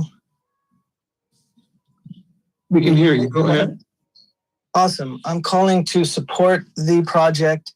First of all, I want to thank the developer for choosing our city to build. I certainly appreciate that as we are a growing city and are in desperate need of more growth, especially compared to our surrounding cities. Kind of get jealous at their pace compared to ours sometimes. I also want to thank the staff for their due diligence. The report was great, and thank you for putting all that together. The project makes a lot of sense. And I used to be a commuter from here in Moreno Valley to Redlands for a few days out of the week, and I always wondered why there was no gas station there. Would have came in handy on multiple occasions, and there's lots of cars going through that area. So I think it's going to be a great tax revenue source for the city.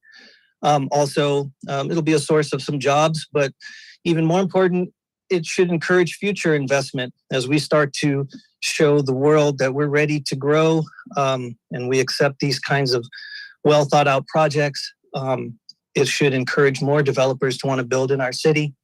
And also the gas competition is going to be great. I come from a time when gas was 99 cents and I have sorely missed those days. And right now, as gas continues to increase, we do need the competition. We're all getting hit in the pocketbook right now. And I like the future-facing consideration for the electric vehicles. Another indication that's a well-thought-out project. Thank you for your time today, and I hope that you will vote to approve this project. Thank you. Do we have any more speakers? No, sir. That was the last of our speakers. Okay. At this time, would the applicant like to provide any additional information? Good afternoon, Mr. Chairman.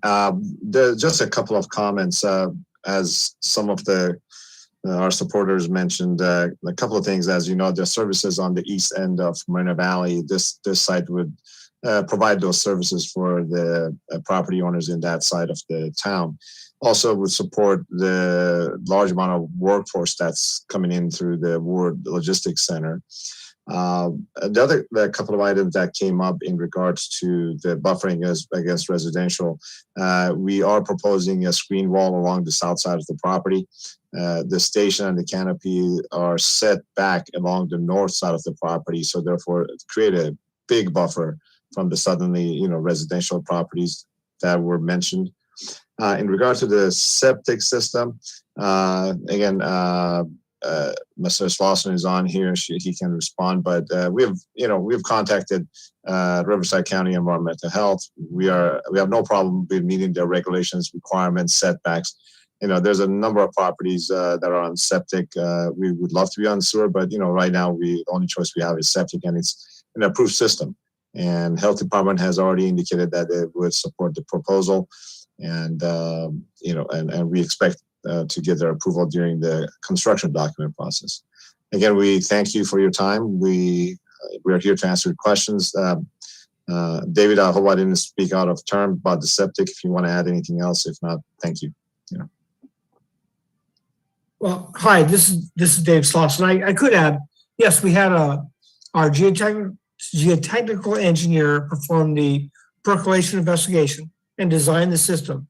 And we had a meeting with County Health, and they indicated that they would recommend approval.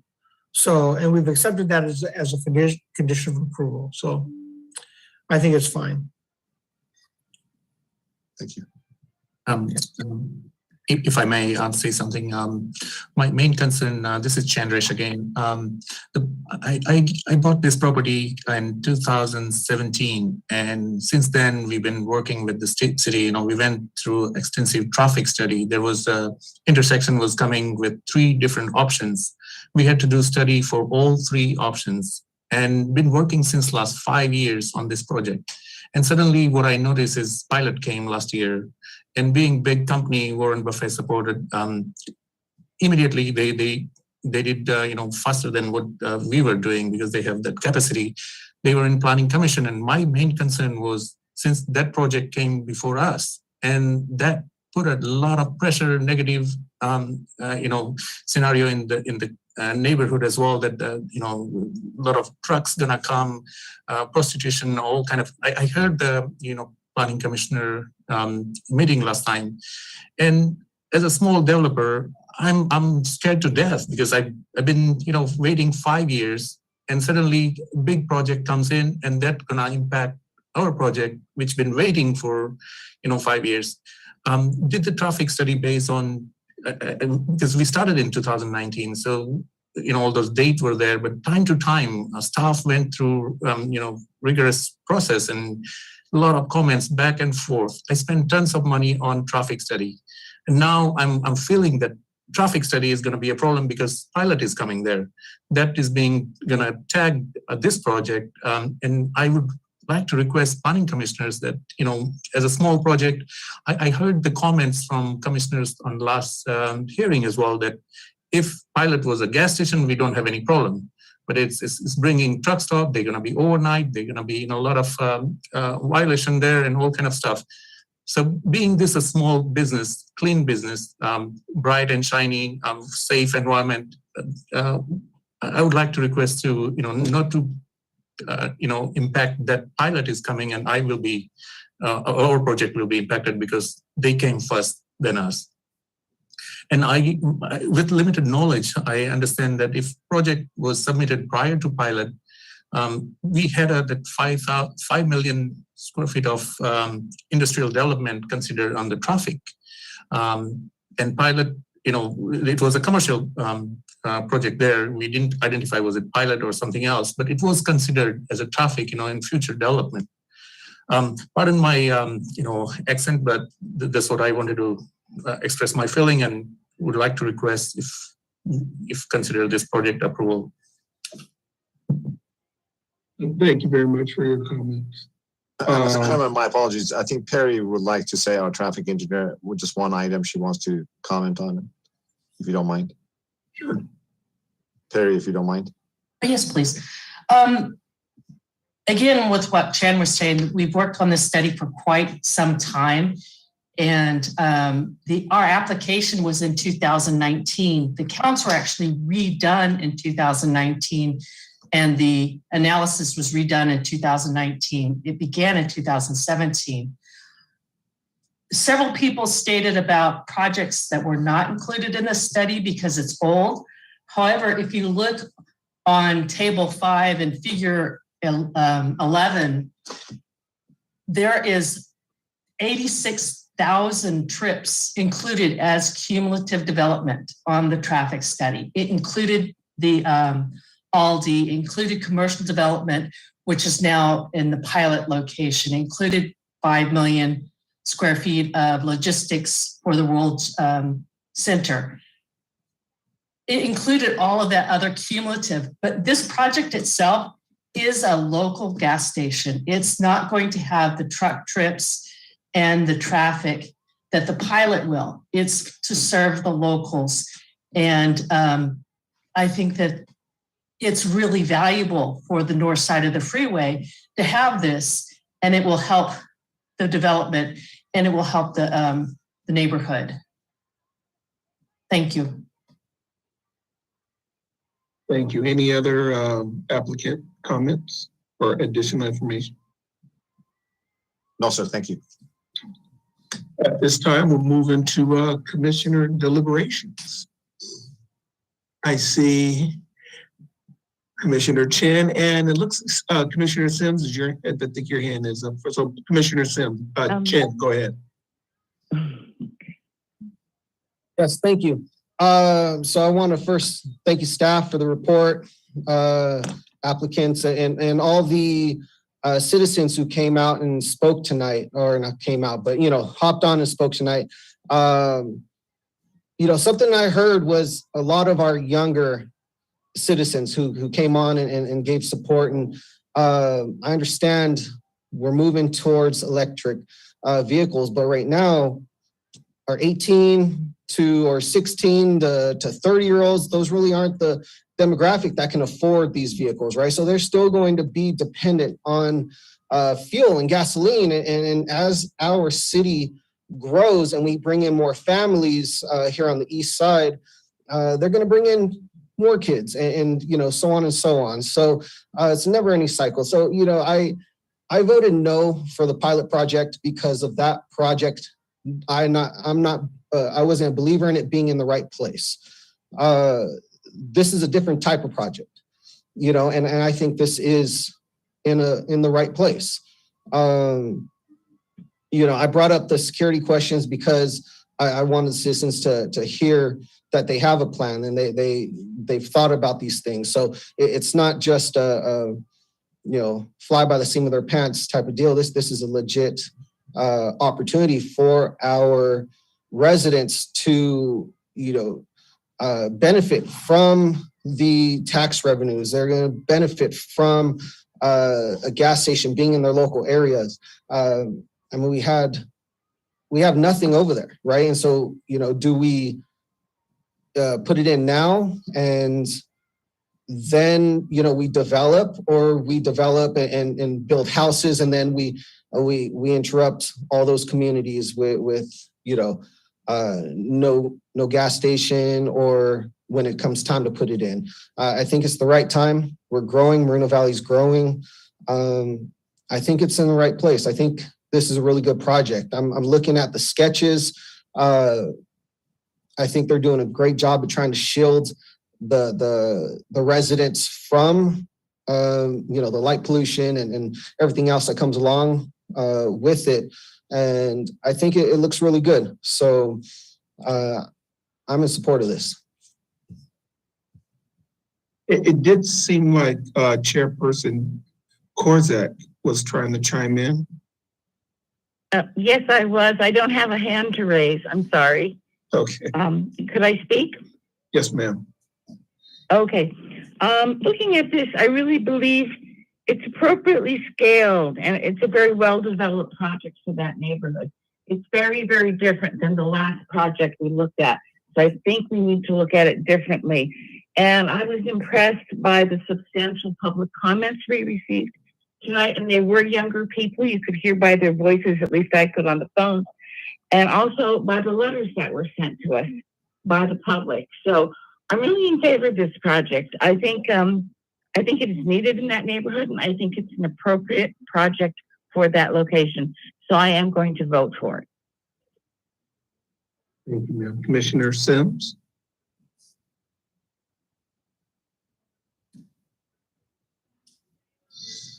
So, I guess on this project, I do have a little mixed, I do have some mixed emotions on it. You know, the issue about being on a septic system, I don't find that that's an issue. I think those could be adequately designed and as long as they're maintained. I didn't see in the condition as if there was a condition that if sewer, you know, Eastern puts in a sewer, that there's a requirement for the gas station to connect. That would probably be a nice condition to have for long term. As far as the traffic study goes, I do have concerns a bit about the age of it, but it sounds like it's gone through a rigorous process.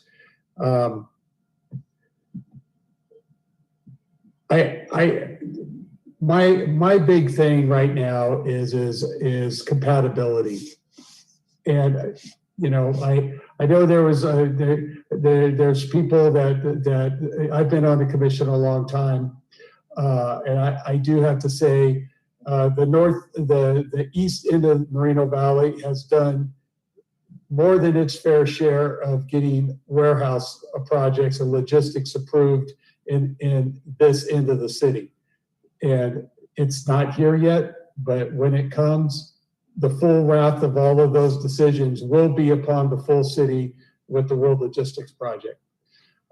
So suffice to say, I do live in the east end of the city. So I am conscious of the traffic, and I drive it every day.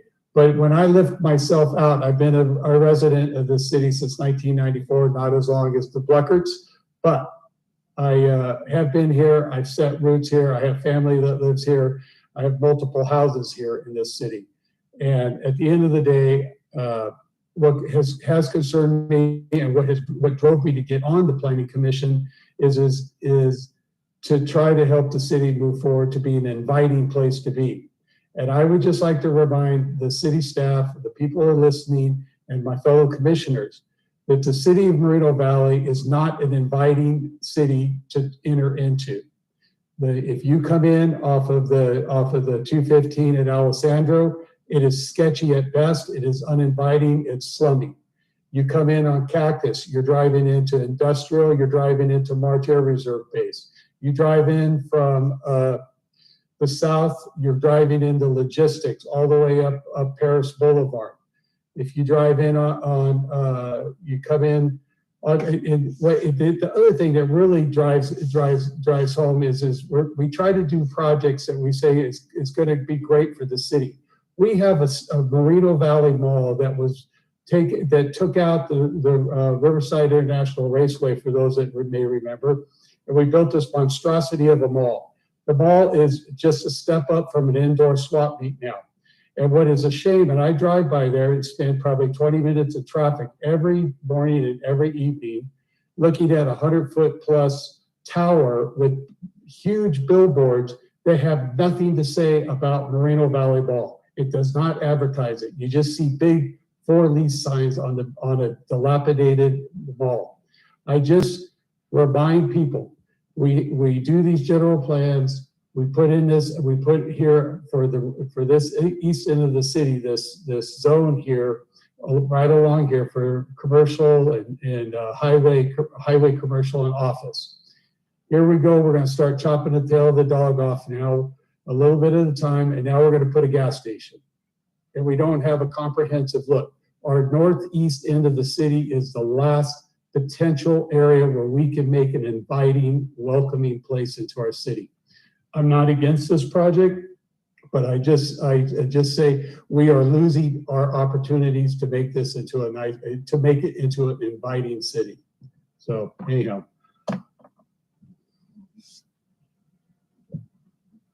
Any other commissioner comments, deliberation? Yeah, I had my hand up, so. Oh, yeah. So, you know, I just wanted to comment on Jeff. I'm just really surprised you're still living in the city when you, considering how you feel about it. Jeez. Anyways, and for starters, I've been in the city since 1990. I was in 9th grade when I got here, and that mall actually, when it first got built, did get used. Unfortunately, a lot of malls in a lot of cities that look like that are in the same shape because they're not the Victoria Gardens. They're not the, you know, design place. So they are working on that. And that's why we're here, right? Isn't that the reason, Commissioner Sims? I voted no on that truck stop for several reasons. It wasn't because it was a gas station. I thought they did a good job. I thought it was in the wrong location. I've been in construction my whole life, and I was really impressed how they were able to use that corner lot next to that water district section and still make it look functional. I actually was very impressed. I'm big on landscaping. I'm really big on landscaping. I'm big on security. I actually like the project. I really do. I think I also live on the east side of Moreno Valley. I think it's a good location. I think it's the least impactful to residents in that location. And eventually that whole, I guess, north side of the freeway, you know, it hasn't been touched. It hasn't been touched and it doesn't want to be touched. But at the end of the day, things are going to get built. If there's a plot of dirt, I think Commissioner DeJournette has mentioned, if there's dirt, it's going to get developed. And for those comments about, you know, Rancho Cucamonga, I worked in Upland and Rancho Cucamonga, and there's a gas station within a mile or half a mile in any direction. That's why there's no more gas stations. I worked in Ontario and I know that area very well. That's the reason there's no gas stations out there anymore. So that's the way I feel. I am in support of this project. Thank you, sir. Well, I guess that leaves me. I would always go back to that. Yes, we hear your comments. Just really appreciate the public coming out, either for or against the project. We do get your letters, your comments. We take things into consideration, and we definitely appreciate it. You know, as for me, I came out in this city in '69. This is about my 53rd year in this city. And I went to elementary, middle, and high school here. And I tell you, I miss the orange groves. I remember those days we could squeeze oranges, fruits, and apples, and it was fantastic. I could walk to school and have a cornucopia of fruit basket by the time I got to school. And it was very healthy. It was fantastic. And that diminished over time. And those orange groves were eventually sold off and turned into property, and we have gas stations and shopping and malls, and the racetrack would go every Sunday, and it was fantastic. It reminds me of me being in leadership, that we have to take many trainings, and one of those is for change. I always, I stand by this, that if there's a dirt field, it's going to change. It is not going to stay dirt. It will not stay dirt. For those people that are out there on the East End and they're living by dirt fields or empty lots and plots, it is going to change. The city is going to grow. What goes there?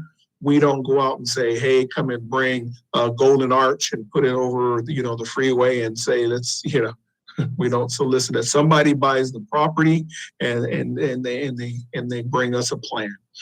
I wish we could go out and say, let's go grab those guys from Victoria Gardens and let's tell them to come over here and tell them to spend the money and tell them to go and buy the project and put it here. I wish we could do that, and we would do that, but we don't. There's empty lots. people buy them. Again, I very many comments. Gosh, I wish there was more. I own an electric vehicle myself. I wish there was an all electric vehicle station. Money. I wish that was happening. You can go there and just nothing but electric vehicle slots. I have to drive from my house all the way to Target, all the way off of Day Street for the quick charger to charge it. I charge at home, but so that's far. There isn't a charging station from one end to the other end of Marina Valley. You have to go all the way out to Target. I think it's great. It's a different project than what we looked at before. I'm for the growth of Marina Valley. It's a fantastic project. I'm for the. That's all I have to say about it. So if we don't have any more deliberations, do we have a motion? I'll make the motion. Okay. I move that the Planning Commission approve conditional use permit PEN 18-0038 with the revisions as mentioned in the memo dated 2/24/2022.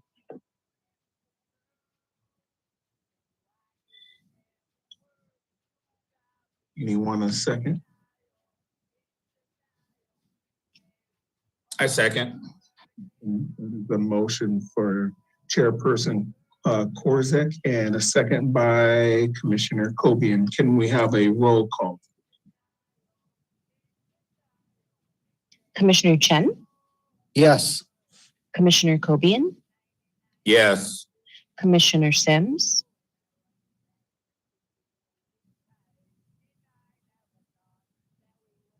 Commissioner Sims. Looks frozen. Yes, I agree. And he's dropped. Oh.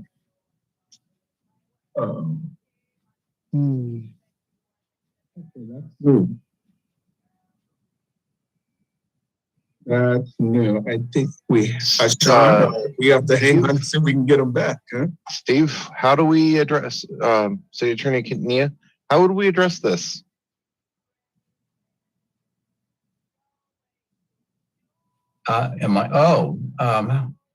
We just, Commissioner Sims just dropped off. Well, let's proceed with the others to vote. We just have Chair Corsick. Oh, okay. And Vice Chair. I vote yes. Thank you. Vice Chairperson Dijonay? Yes. Wow.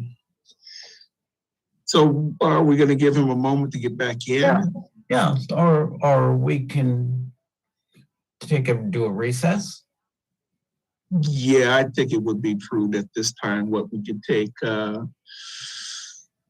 15 minutes, maybe to take a small break, and hopefully he'll be back in. So let's say we'll take a recess from, what do we got? 9:11. We'll come back no later than 9:25. And I'd like to make an announcement or just make a comment, if I may. Oh, I think I got cut off. We can hear you. Oh, you can hear, okay.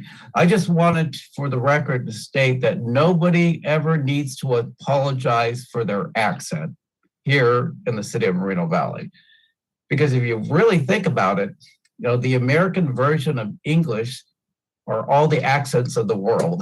So I just thought, just wanted to point that out. Nobody needs to apologize for their accent. Thank you. Thank you. I second that. I'd like to make that motion as well. So is that it? We're in recess. Are we in recess until 9:25? Yes. Okay. All right. So for everybody, we're going to give Commissioner Sims a little moment to come back in and give us about, looks like we got about 10 more minutes, 11, 12 more minutes. Please stay tuned, and we will reconvene at 9:25.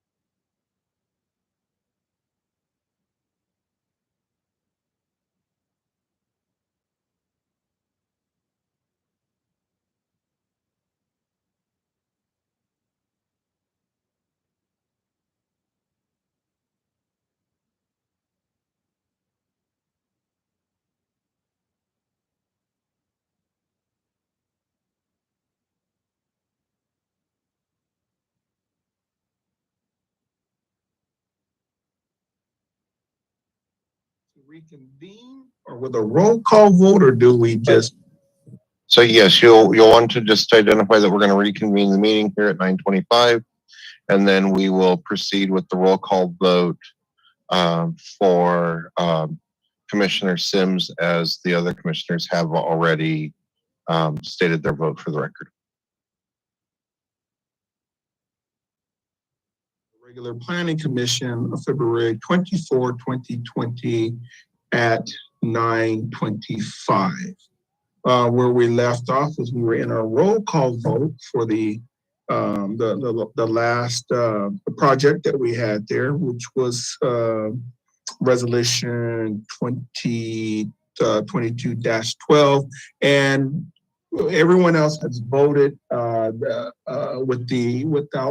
without Commissioner Sims. So I guess the last thing we needed was Commissioner Sims. But before we go into that, I think we need to have a roll call vote to make sure that everyone is still present. There is no need to do a roll call vote to identify that everybody's present. We did that at the beginning of the meeting, and we can see from the Zoom platform that everybody has returned. So that's not necessary, sir. Oh. We can go straight to the to Commissioner Sims' vote, and then after that to the next steps on the agenda. Okay. All right, so Commissioner Sims, you're up. I apologize. I froze up. I went into my favorite movie, Frozen mode right there. I was letting it go. Anyhow, I vote yes. Okay. So the motion carries unanimously. Can we have a staff wrap up? Thank you, Vice Chair DeJournette. The action taken by the Planning Commission this evening is an appealable action. Any interested party that would like to file an appeal may do so within 10 days of this action. If an appeal is filed, it must be in writing and directed to the Community Development Director, stating the specific reasons for the appeal, along with the appeal filing fee. If an appeal is received, it will be agendized for a public hearing before the City Council. Thank you. Well, thank you. All right, we're going to move on to the next item on the agenda, which is a conditional use permit. Looks like PEN 210192. The applicant is requesting approval for entitlements for a conditional use permit of a cannabis micro business within the existing 27,786 square foot building. So we have a staff report. Thank you, Vice Chair DeJournette. The presentation this evening will be made by contract planner Melinda Lim. Thank you, Sean. Good evening, Commissioners. So the project before you tonight is a conditional use permit for the operation of a commercial cannabis micro business called Mirador Valley Fresh Farms. Next slide, please. Or am I showing the screen? I thought you were going to go ahead and share, Melinda. Oh, okay. Sorry. Let me go ahead and share my screen then. I do have your presentation if you want me to.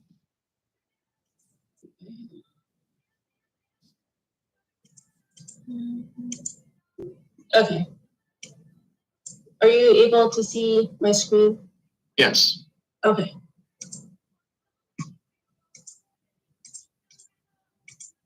So Fresh Farms is located at the southwest corner of Box Springs Road and Day Street in the Canyon Springs Plaza, which is outlined in blue. And it's within the community commercial district. So the site, it would occupy the former movie theater building, which is outlined in red. And located on the opposite side of the plaza to the south is a cannabis dispensary called California Green World that the Planning Commission had approved back in December of 2018.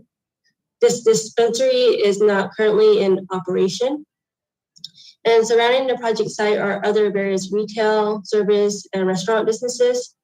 So parcels to the north across Box Springs Road consist of single-family residences within the residential buy district. And parcels to the east of the site across Day Street are vacant and also within the community commercial district. And access to this plaza is provided by existing driveways along Day Street and Box Springs Road as indicated by the green arrows.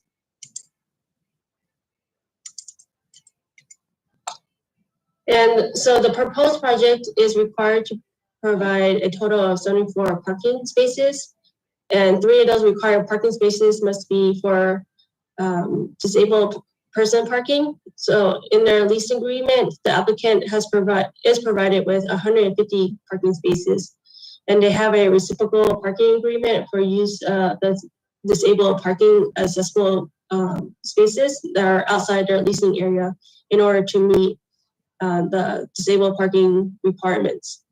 And since the site is fully landscaped, the applicant proposes no landscaping improvements, and the landscaping is maintained by the owner of the shopping center.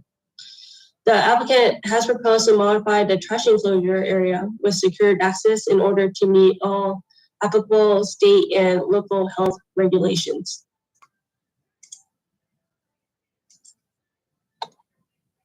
So the building is 27,786 square feet, and the applicant proposes the cannabis microbusiness to consist of cultivation, distribution, type 6 manufacturing, and dispensary. And the hours of operation have been conditioned to be consistent with the provisions of state law, which is between 6 a.m. to 10 p.m. And the applicant proposes to utilize the 3 original public entrances down in the lower left corner. And that's for the customer access to the retail portion. And employee entrances are also located on the west and south sides of the building. And there will be a vehicle roll-up door that's on the south side of the building for access to the secure parking spaces. And all of these entrances have been designed, have designated security guard areas, and they will be staffed at all times while open for business. And there's several exit doors that are scattered around the building, and those will remain locked. And these doors will not be accessible from the outside. Also in the proposed plans was, they showed that the mezzanine will be removed. So it's not gonna be a 2-story cannabis microbusiness. And here are the south and east elevations as they currently are. The applicant is not proposing to make any architectural changes to the exterior of the building, but staff has added a condition, which is condition number 65, which requires that the applicant repaint the exterior of the suite to the satisfaction of the planning division.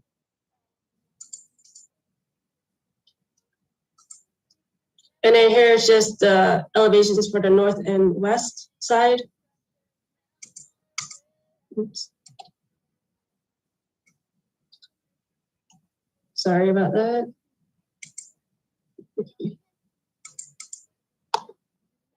So the project was noticed in the newspaper on site and to all properties within 600 feet. And staff did receive a letter and an email from the public, which was provided to the Planning Commission prior to this meeting. The applicant has provided all the plans to the satisfaction of the city. So therefore, staff recommends that the Planning Commission take the following action to approve the resolution 2022-09 and thereby determine that the CEP is categorically exempt from CEQA as a class 1 exemption because it involves only interior alterations and no expansion of use, and approve the conditional use permit for a commercial cannabis microbusiness based on the recitals, evidence, and the findings in the resolution. This concludes my presentation, and me and the applicant's team are available to answer any questions that the commission may have. Thank you. Thank you, ma'am. Thank you very much. Are there any commissioner questions for staff?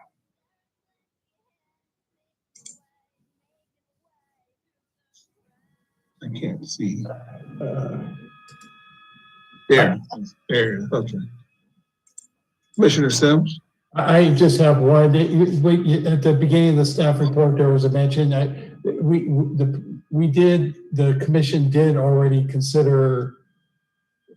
We did approve, I believe, in the old Toys R Us building. Is that there was a? It was a. What was approved there in the past? There was a cannabis dispensary that was approved not in the Toys R Us business building, but actually the one directly to the north of it. Okay. Within that suite, there was a cannabis retail establishment approved, dispensary approved within this center. And that has not moved forward, or It is actually moving forward. They are actually. I saw a plan check actually come across my desk about a week ago on that. Getting very, very close to finalization with the Building and Safety Division. Okay. But that one's a dispensary only. That was only a dispensary. That is correct. Okay, thank you.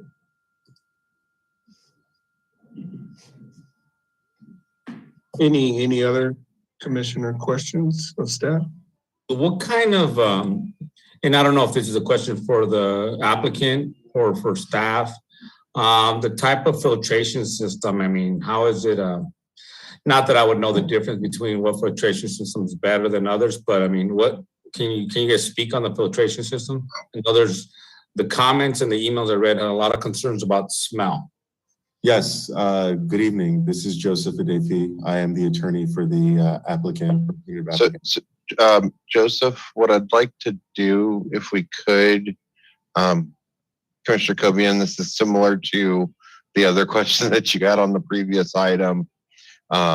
We can go to the applicant's presentation, and then ultimately staff and applicant can both address the questions if you want, or if there are no other questions for just staff singularly. No, I'll wait. That's fine. Okay. Are there any other commissioner questions for staff? Okay, it doesn't appear. So would applicant like to speak? Yes, I believe I just wanted to go ahead and introduce my team members first, just so that you guys are well acquainted with everyone that's on in the meeting. So we have PJ Tofigi. He is one of our engineers. We also have Travis. Let's see. Travis is here. Travis, can you confirm that you're here? Yeah, I'm here. Okay, we have Travis Miller also, who is our retail operations manager. And then we have Kyle Kelly. Hi, everybody. And he is our cultivation operations manager. And I believe that's, and then we also have Hadi. Hadi, are you here too? Hadi Zarif? Yes, I'm here. Okay, perfect. And Hadi is our appointed architect for the project.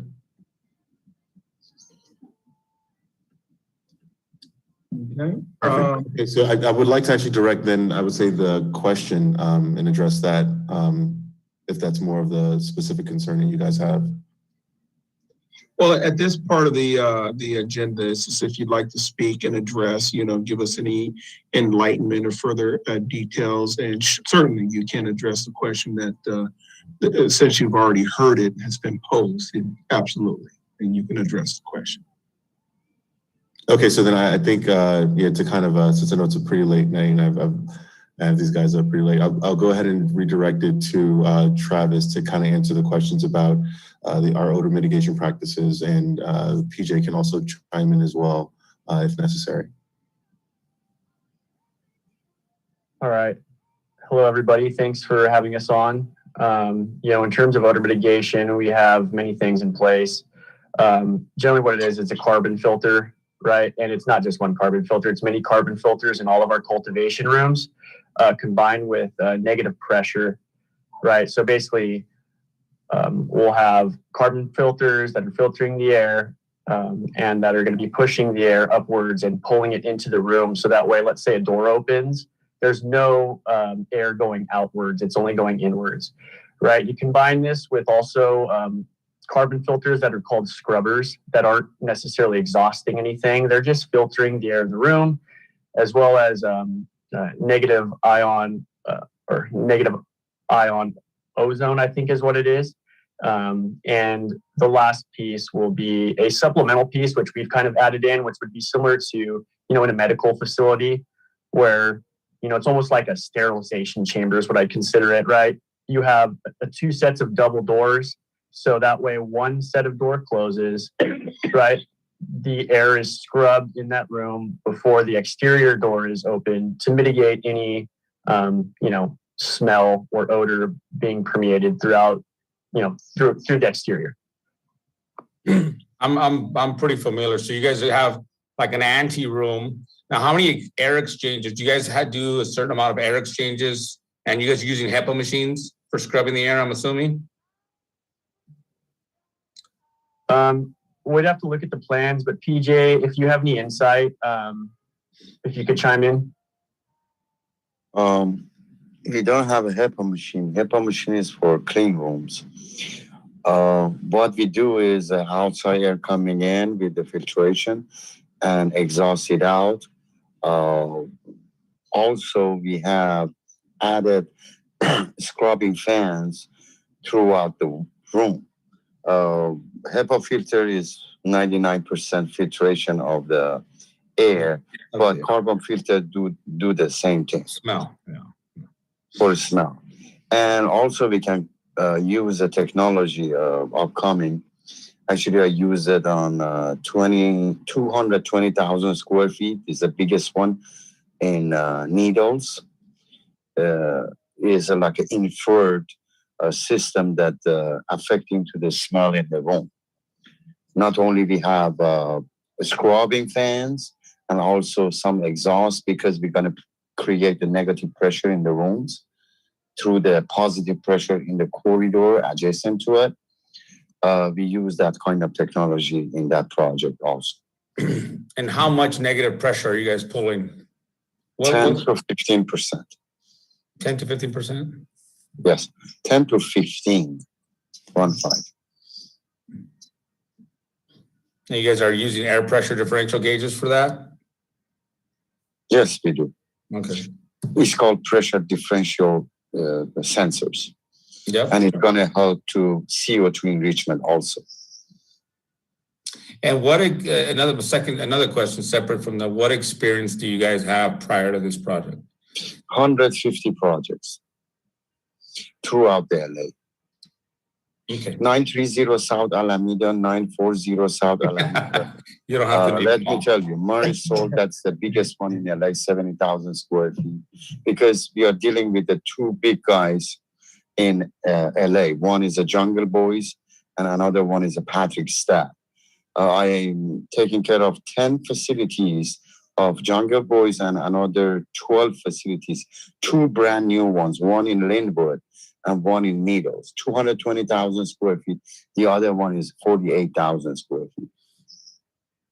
And the rest of it is like operational facilities.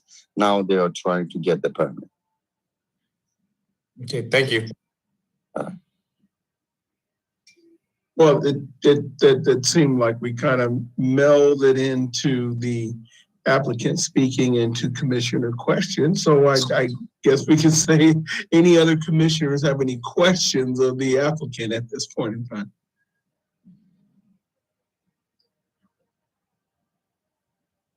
Okay, it doesn't appear as though we have any other commissioner questions. Okay, all right, so at this time, we'll now open up the public testimony. The clerk will call upon each person who has requested to speak. Each person will have, the public wishing to speak will have a maximum of 3 minutes to speak on an agenda item. Do we have any public comment? We do, sir. I have 4 signed up to speak. First signed up is George Haig. Okay. That number is ending in 0816. And go ahead, Mr. Haig, you're ready, you're on.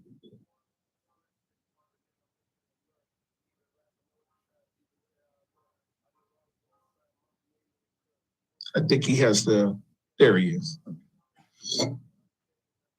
Yeah, just have a couple of questions. Mainly is, and hopefully sometime between now and the vote, you could answer these in one of your formats. And that is, does the city have a limit on the number of these places that sell? marijuana, and is there any restrictions on how many, the distance between them? I'd like to know if our city has any of those standards, or have they seen those standards in other cities? The other thing that brought me to this is listen to the city council meeting last time, and it seemed like these businesses are asking for a break on taxes. The profit margin is too thin. Is that going to be the case with this one also? It's so bad that they need to ask for a break on the taxes we levy. Why are they opening in the first place? Sound like businesses are struggling. Might be in part because there are too many of them. If we're going to give a tax break, and one of the problems is, as far as their profit margin, is that there is too many of them, somebody needs to do some type of study along those lines rather than just give a tax break. Anyway, I hope somebody can answer some of those questions before your final vote. I would appreciate it. You have a good evening. Thank you. Thank you. Next speaker, please. We have Drew Levine. I don't know if Drew will be joining us this evening. Drew, if you are calling in on one of the other numbers here, if you can please dial *9 so we can identify you.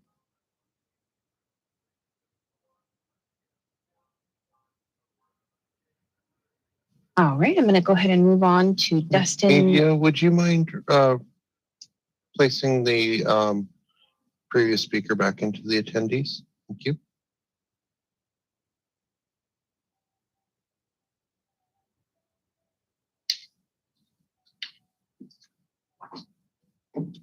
Did we want to move forward with Dustin Widener?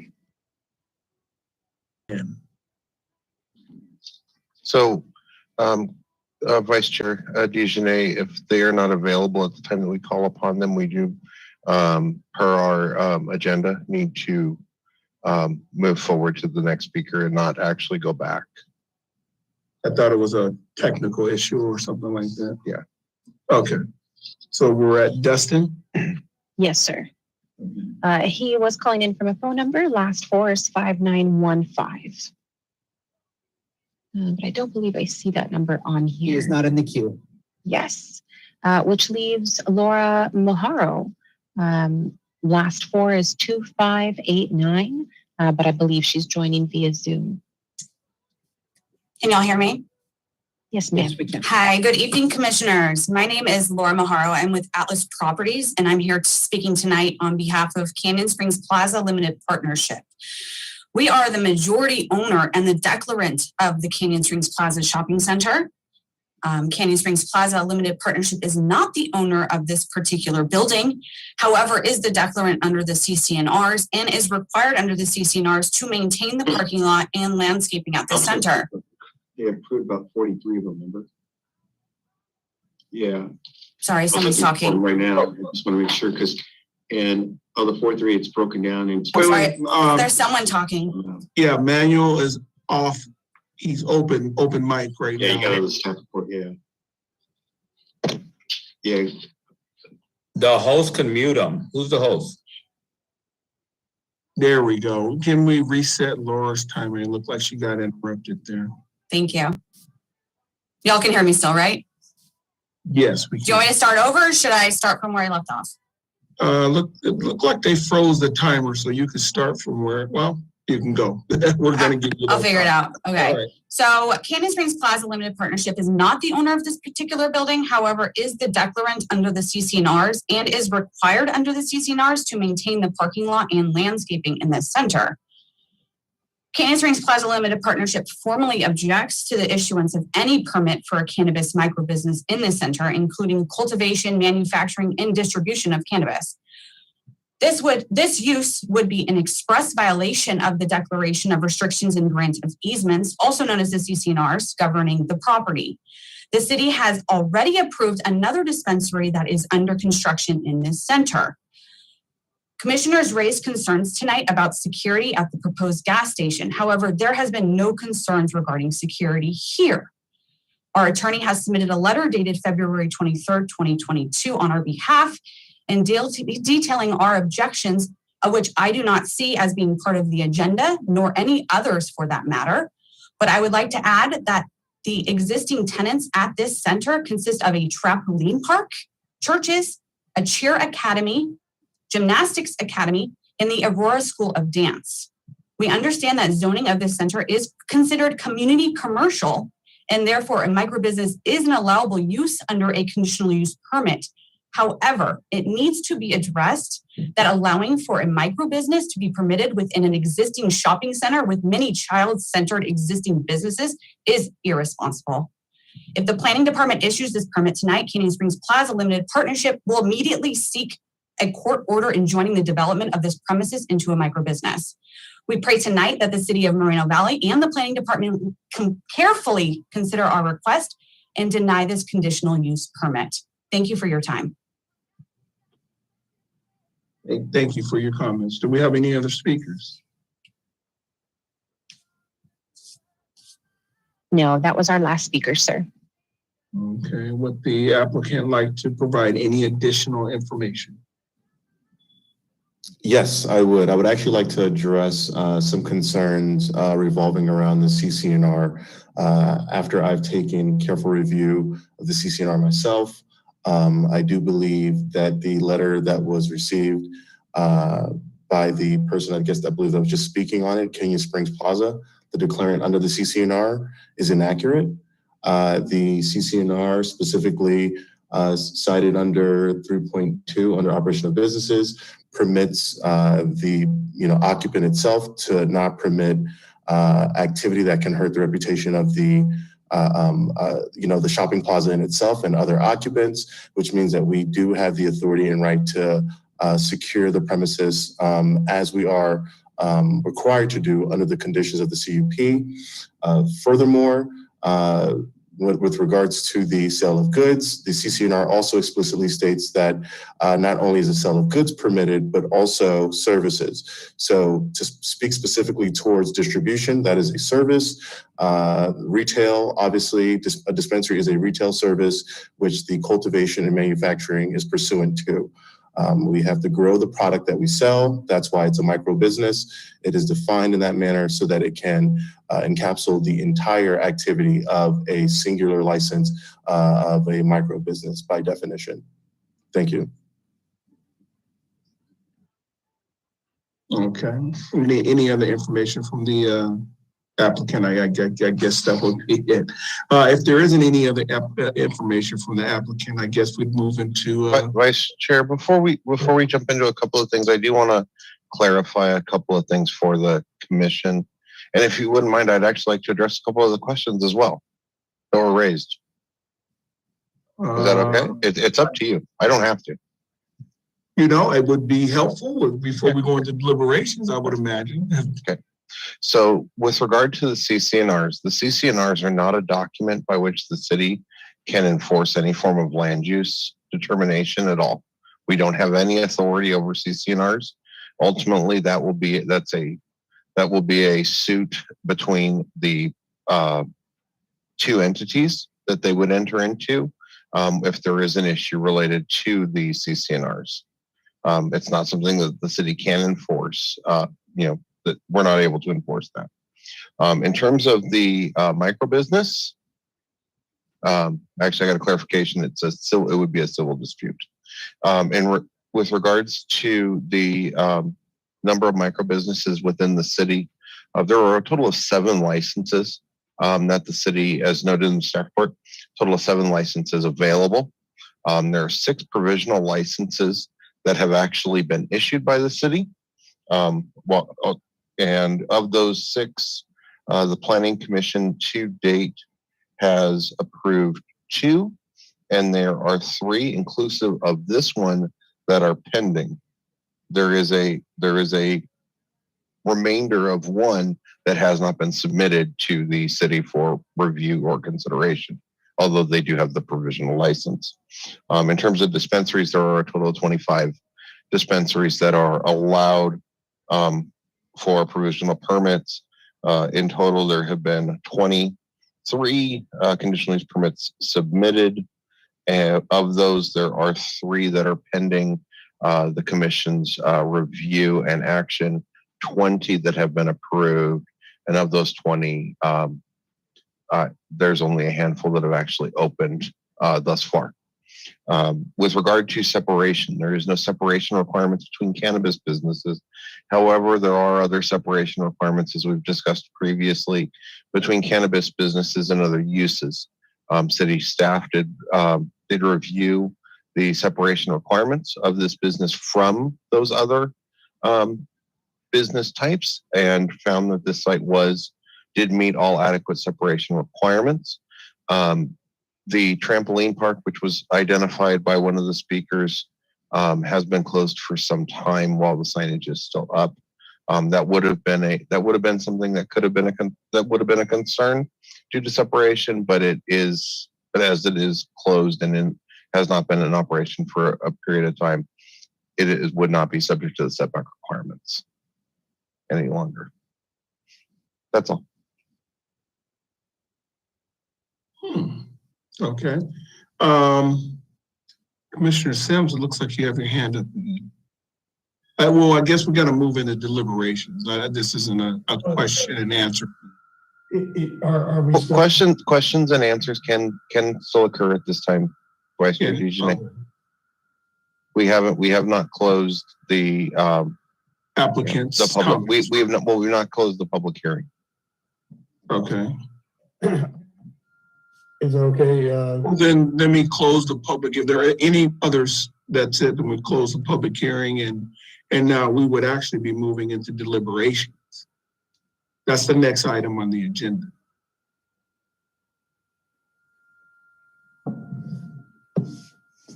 Yeah, I'm correct. So we're moving into deliberations. So I guess Commissioner Sims is perfectly okay to make comments or questions, or we can't ask questions of staff.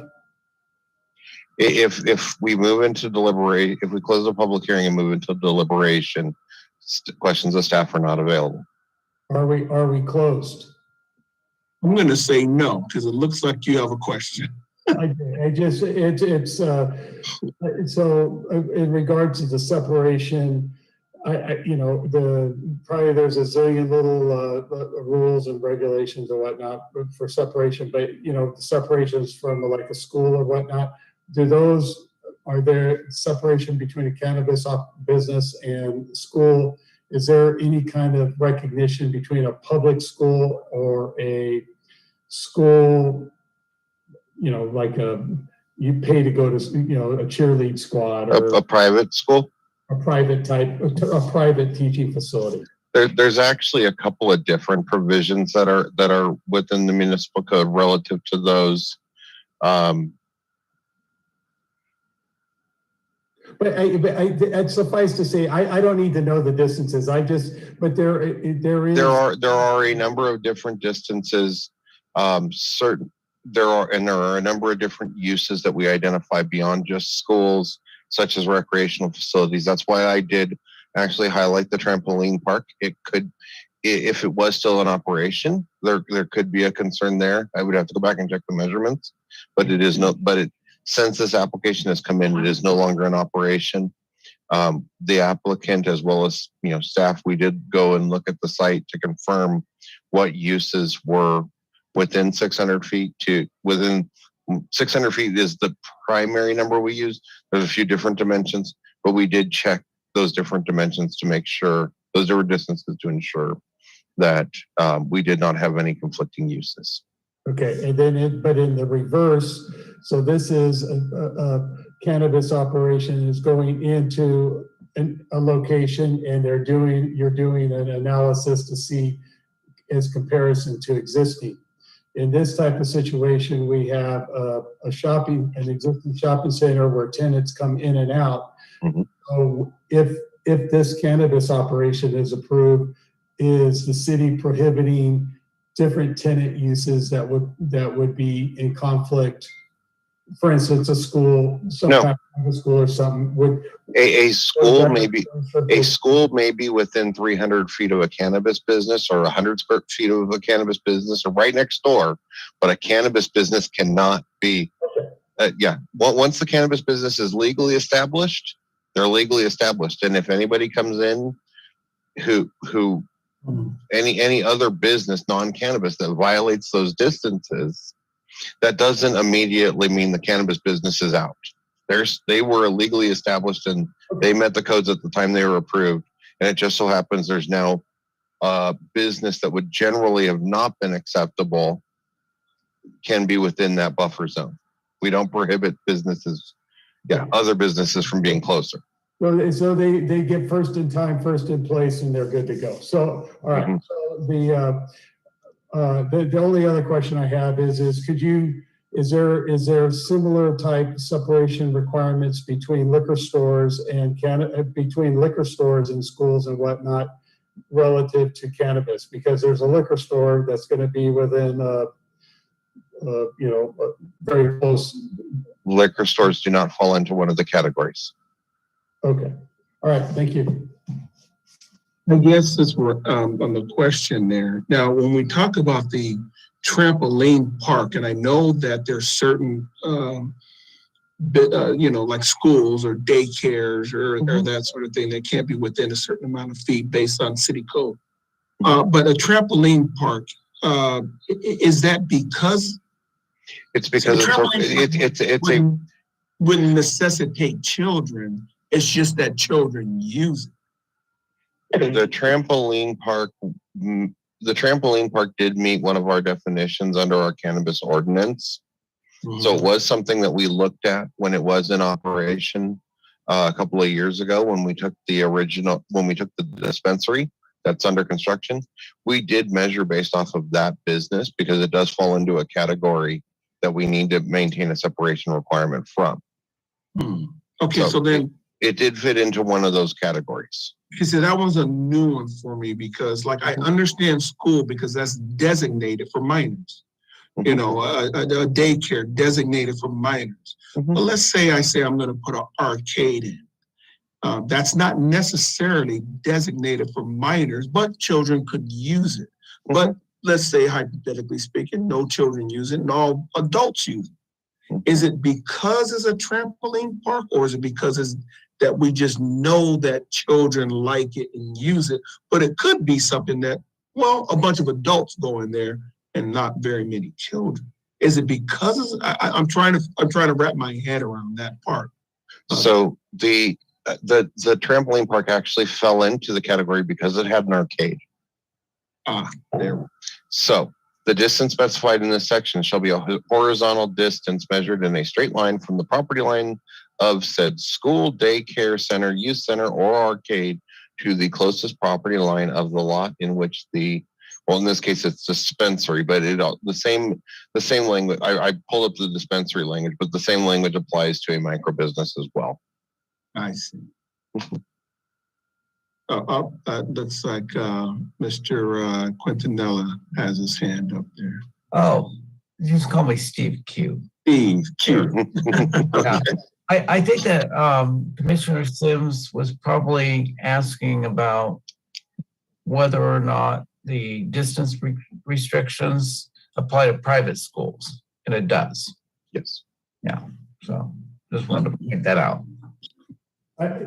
Just for one further clarification, Sean, my question about the liquor store, if a new liquor store was going to be going into this center, would there be a similar analysis for separation to other businesses like schools where minors would be, that we would have similar to the rigor that goes for a cannabis operation, like you're doing that's being considered here?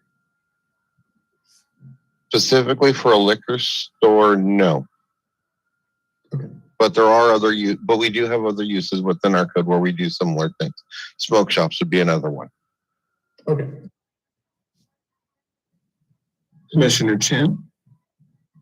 Yeah, are these just questions for staff, or can we ask the applicants questions as well. As we've not gone into deliberation, you could still ask questions of the applicant at this time. Okay, just doing a quick Google search. I see Sigrid Lopez is the representative applicant for this project, correct? Yes, that is correct.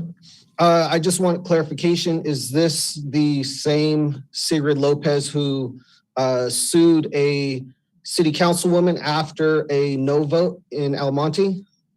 I am not privy to any information concerning any suits that she's filed or any prior litigation or litigation matters that she's involved in. Okay, thank you. Any other commissioner comments, questions, concerns, thoughts? Steve, on that matter, is there any, I guess I would have a question of you, sir. If there's any, anything that we would need to discuss relative to that question? Yeah. Oh, you're asking me? Yes, sir, I am. Yeah. No. No, okay. All right. Okay, with that being said, if we don't have any other additional questions, thoughts, or concerns, at this time, we'd like to close the public comment section and move into commissioner deliberations.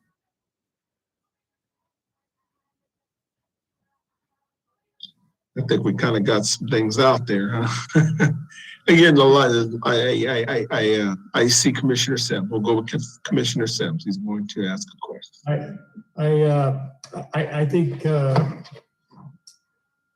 that shopping center needs help. It's been long underused, and so it's good to see something going. I'm not the biggest proponent and advocate for cannabis operations, but I do think that the security plans and whatnot that these guys put into these things seems like a Fort Knox. So anyhow, upshot of it is, it sounds like the separation is there. And if I seem to recall correctly, there was the same issue about the CCR and whatnot that came with the other dispensary that was considered for this. And I think if that was asked, if the project is still moving forward, the one that was previously approved, that probably the question was asked and answered from a legal standpoint, so I don't know if that's our purview to even worry about, but at the end of the day, if it fits the thing, I don't see any reason not to approve this.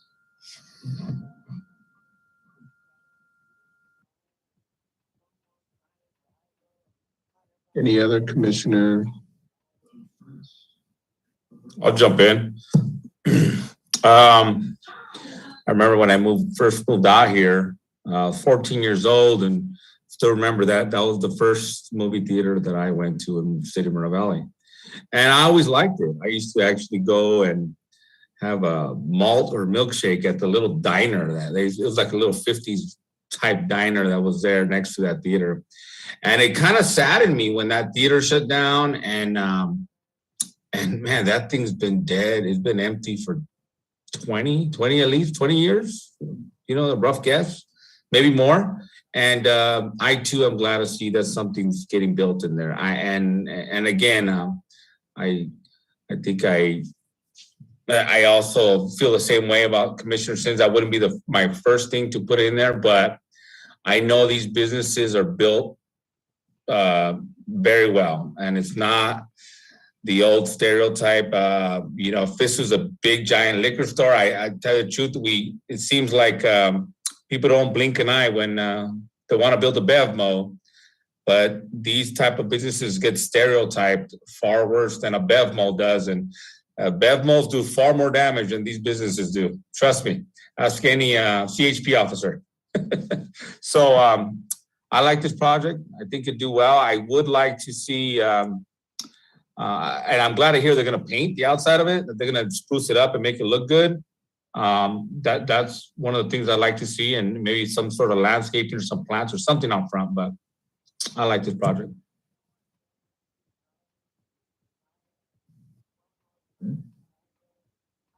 Commissioner Chin? Yeah, so I mean, we all know this location is hurting for occupants. From what I see, the plan was put together well. I know, like Commissioner Cobian said, they get a bad rap, and it's not like it was 20 years ago.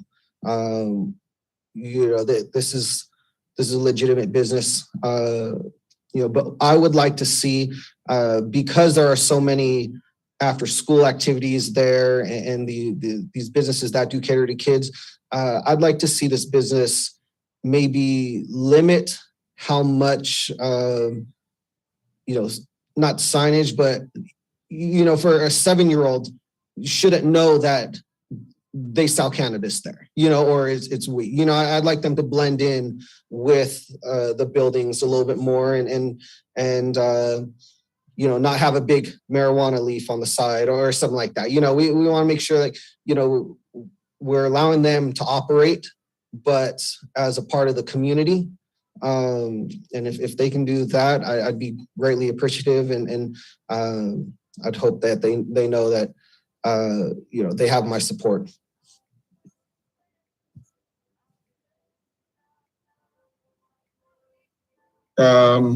Chairperson.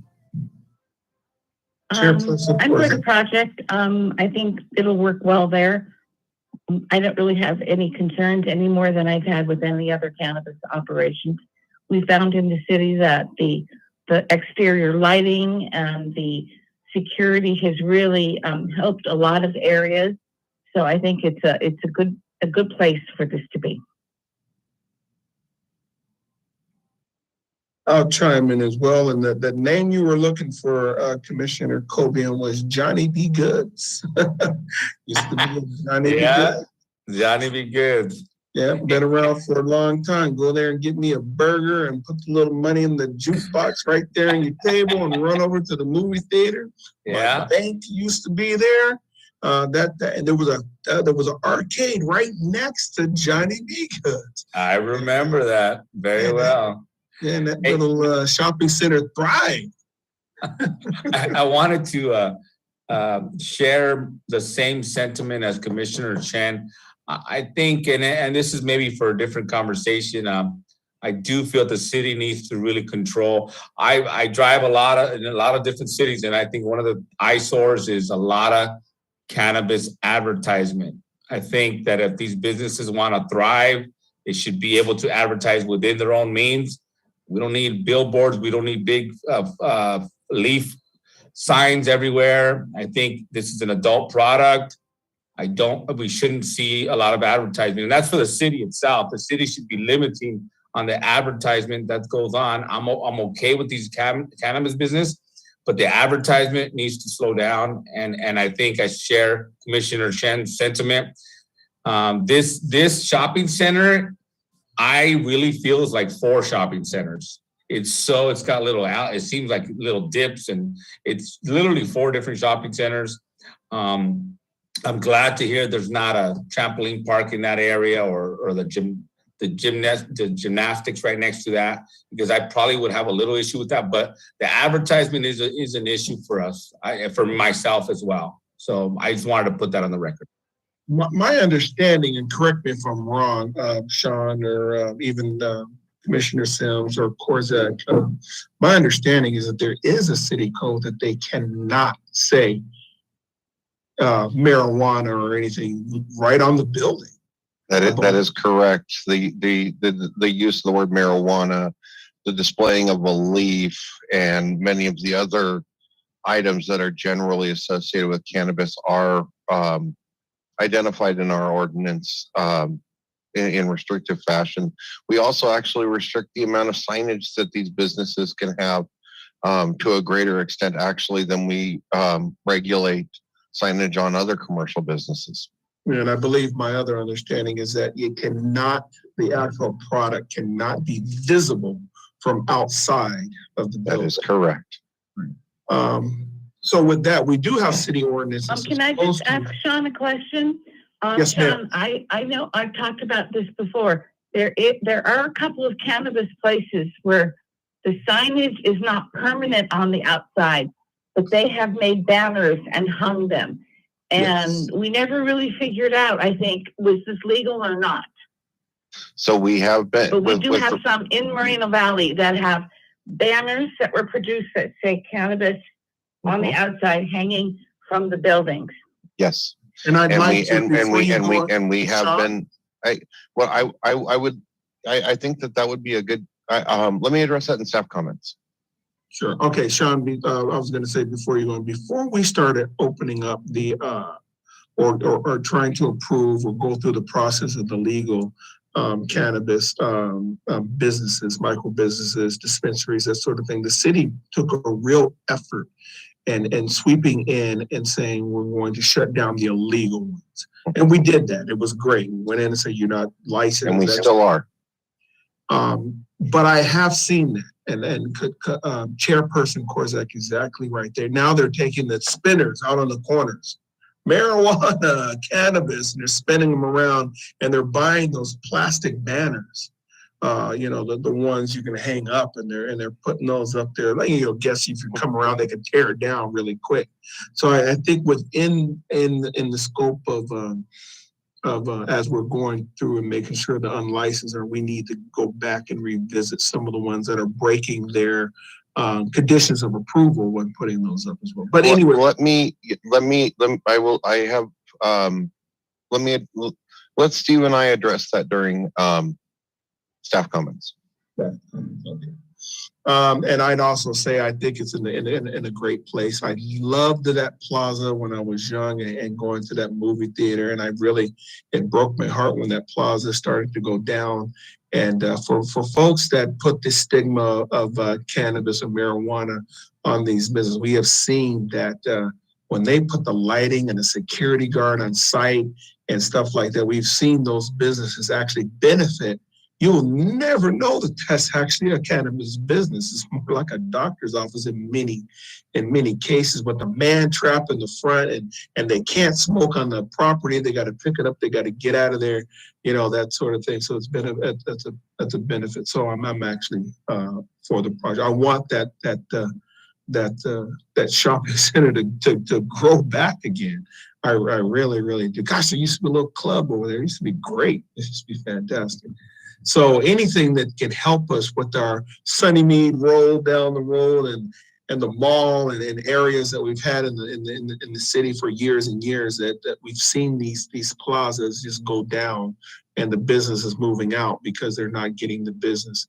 I think it's great. Thank you for the applicant for choosing Moreno Valley, and thank you for coming in and choosing us to actually to have a business and grow with this.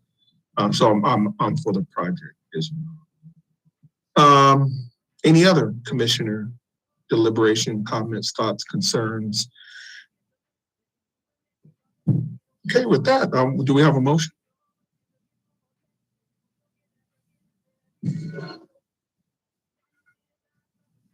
You're muted. I'll make a motion. Oh, okay, there we go. I motion that the Planning Commission approve resolution number 2022-09. I'll second that. Here we have a motion by our chair, Korzak, and Commissioner Sim. Can we have a roll call vote? Commissioner Chen, Yes. Commissioner Kobian, Yes. Commissioner Sims, Yes. Vice Chairperson Dijonay, Yes. Chairperson Korsick. Yes. All right, so the motion carries. Staff wrap up, please. The action taken by the Planning Commission this evening is an appealable action. Any interested party that would like to file an appeal may do so within 10 days of this action. If an appeal is filed, it must be in writing and directed to the Community Development Director, stating the specific reasons for appeal along with the appeal filing fee. If any appeal is received, it will be agendized for a public hearing before the City Council. Thank you. Thank you, sir. The next item on the agenda is any other commissioner business. And I believe at this time we don't have any other items on that agenda. Let's see, the next item on the agenda is staff comments. Do we have any staff comments at this time?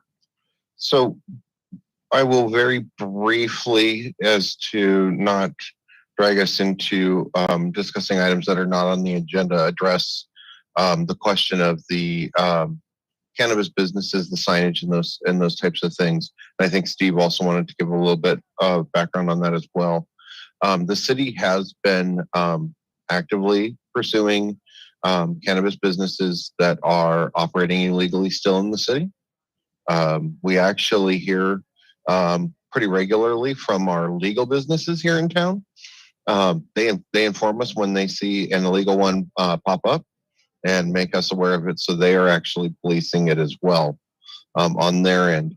With regards to the signage and those types of things on the buildings, we actually have been going out and doing some regular inspections on those buildings and working with our code enforcement division to address them as they're identified.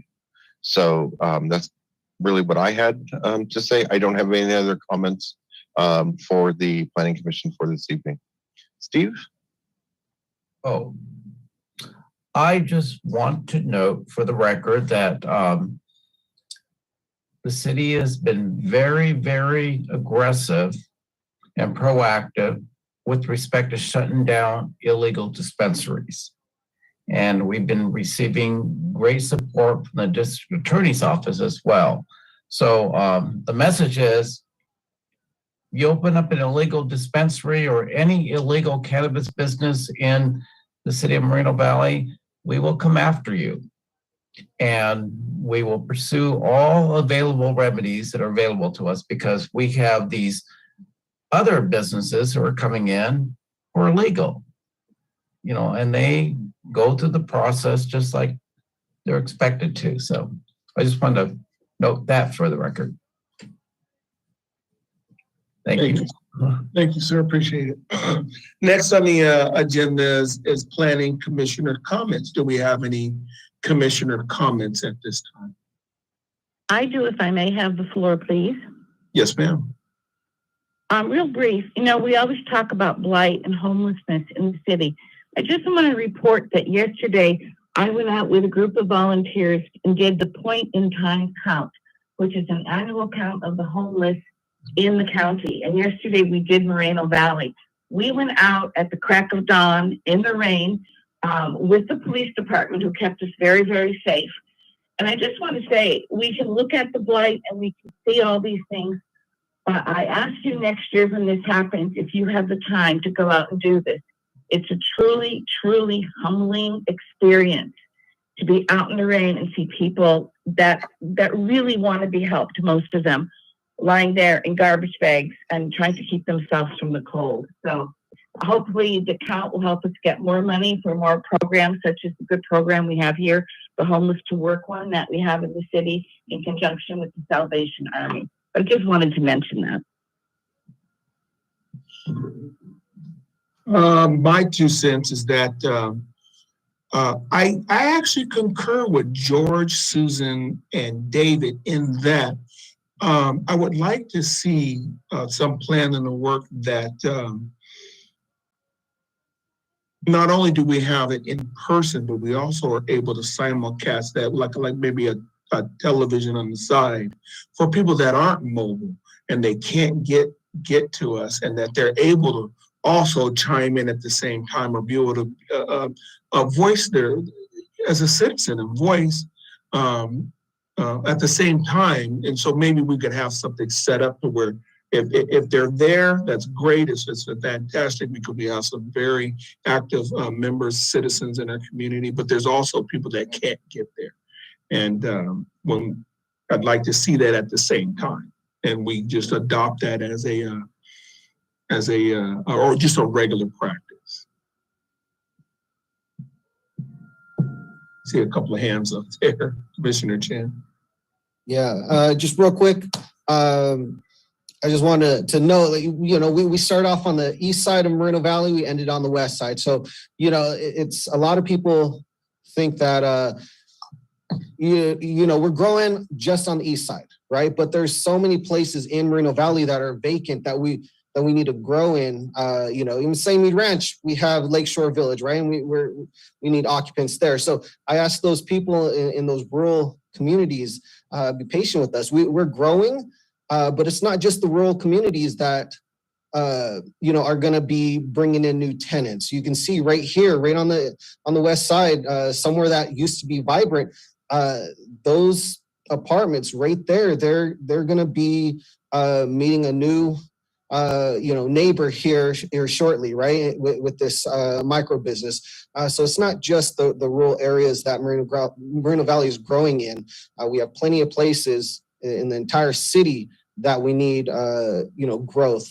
So I hope that the residents of Moreno Valley can see that, and they can see that, you know, it's progress. It's something that needs to be done, and it's not always going to go right on the east side. We're going to have things right in communities that other neighbors are going to have to deal with, and they have to be patient just like everyone else is. So I just ask our citizens to be patient with us as we grow into an even larger city. Thank you, sir. Any other commissioner comments? Well, thank you guys for I guess our technical issues and allowing me to chair. And at this time, we'll close those commissioner comments. And I guess if there's not any other business or any other comments at this time, the planning commissioner meeting is adjourned at 10:26 p.m. to our next regular meeting of March 10th, 2020. Thank you guys for coming out. Have a good one, guys. Thank you, everybody. We appreciate you. Bye.